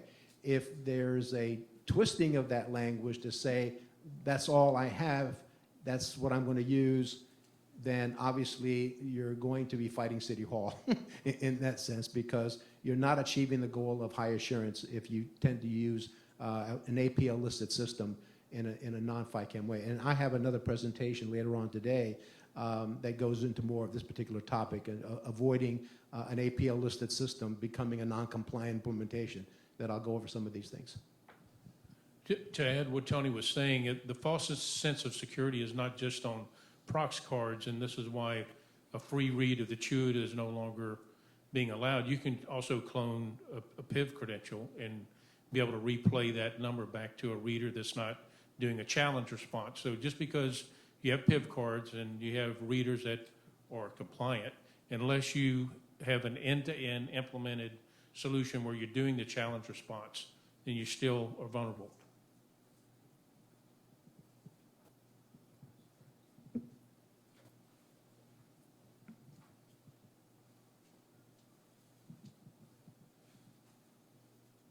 Okay, thank you. First, I'd like to tie into your last section there, Stafford. It is, and what you talked about, it is indeed very deceptive for an end user who is not familiar with the process to believe that they are compliant because they can present the PIV card to a reader, and the reader pulls something off that card and it works.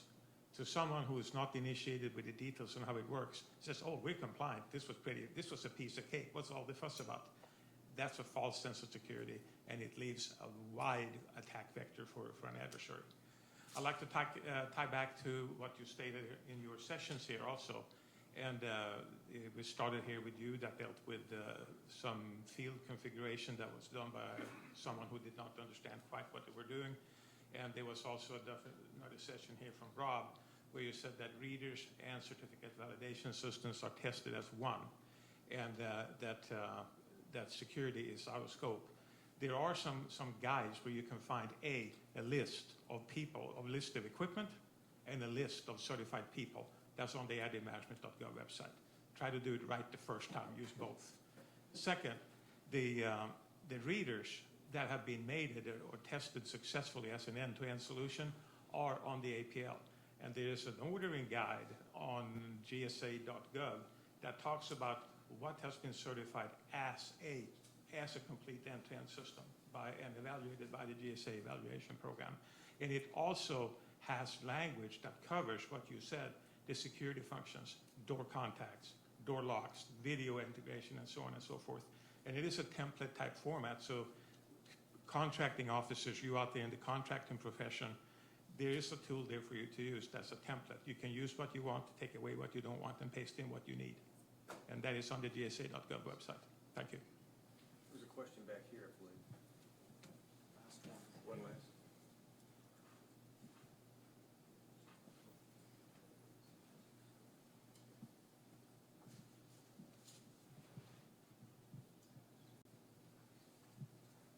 Good morning. This question is for Tony. If you are bidding a project to install PACs in several different offices and you have the floor plans, what is your philosophy on site visits? Is it a new install or a retrofit or an upgrade? It's both. Both? Correct. Okay. If it's both, then let me reference the roadmap document that was produced that basically says this is how you become FICAM compliant in a various phased approach. You get to where you want to go by starting at a starting point and then planning a strategy to get to the ending point. The survey, to me, is very important because that establishes the starting point. If you don't know where you're starting, then how can you plan a migration strategy to get efficiently and effectively to the end point? I've seen too many integrators talk to customers that to be FICAM compliant, you need to replace your system because they don't know enough to understand what might still work, what might not work that's existing. So to do it properly, you need to visit the project site and identify existing equipment, cabling infrastructure, and the environment to see whether or not the products you're going to be selecting will meet the requirements. You can look at plans and specifications for new construction. If the project is not there, obviously there's nothing to visit. So it's all being driven by plans and specs. And in that sense, you're looking at the thoroughness of the complete set of documents to see if anything was missed. And if things were missed, the proper procedure is to write an RFI.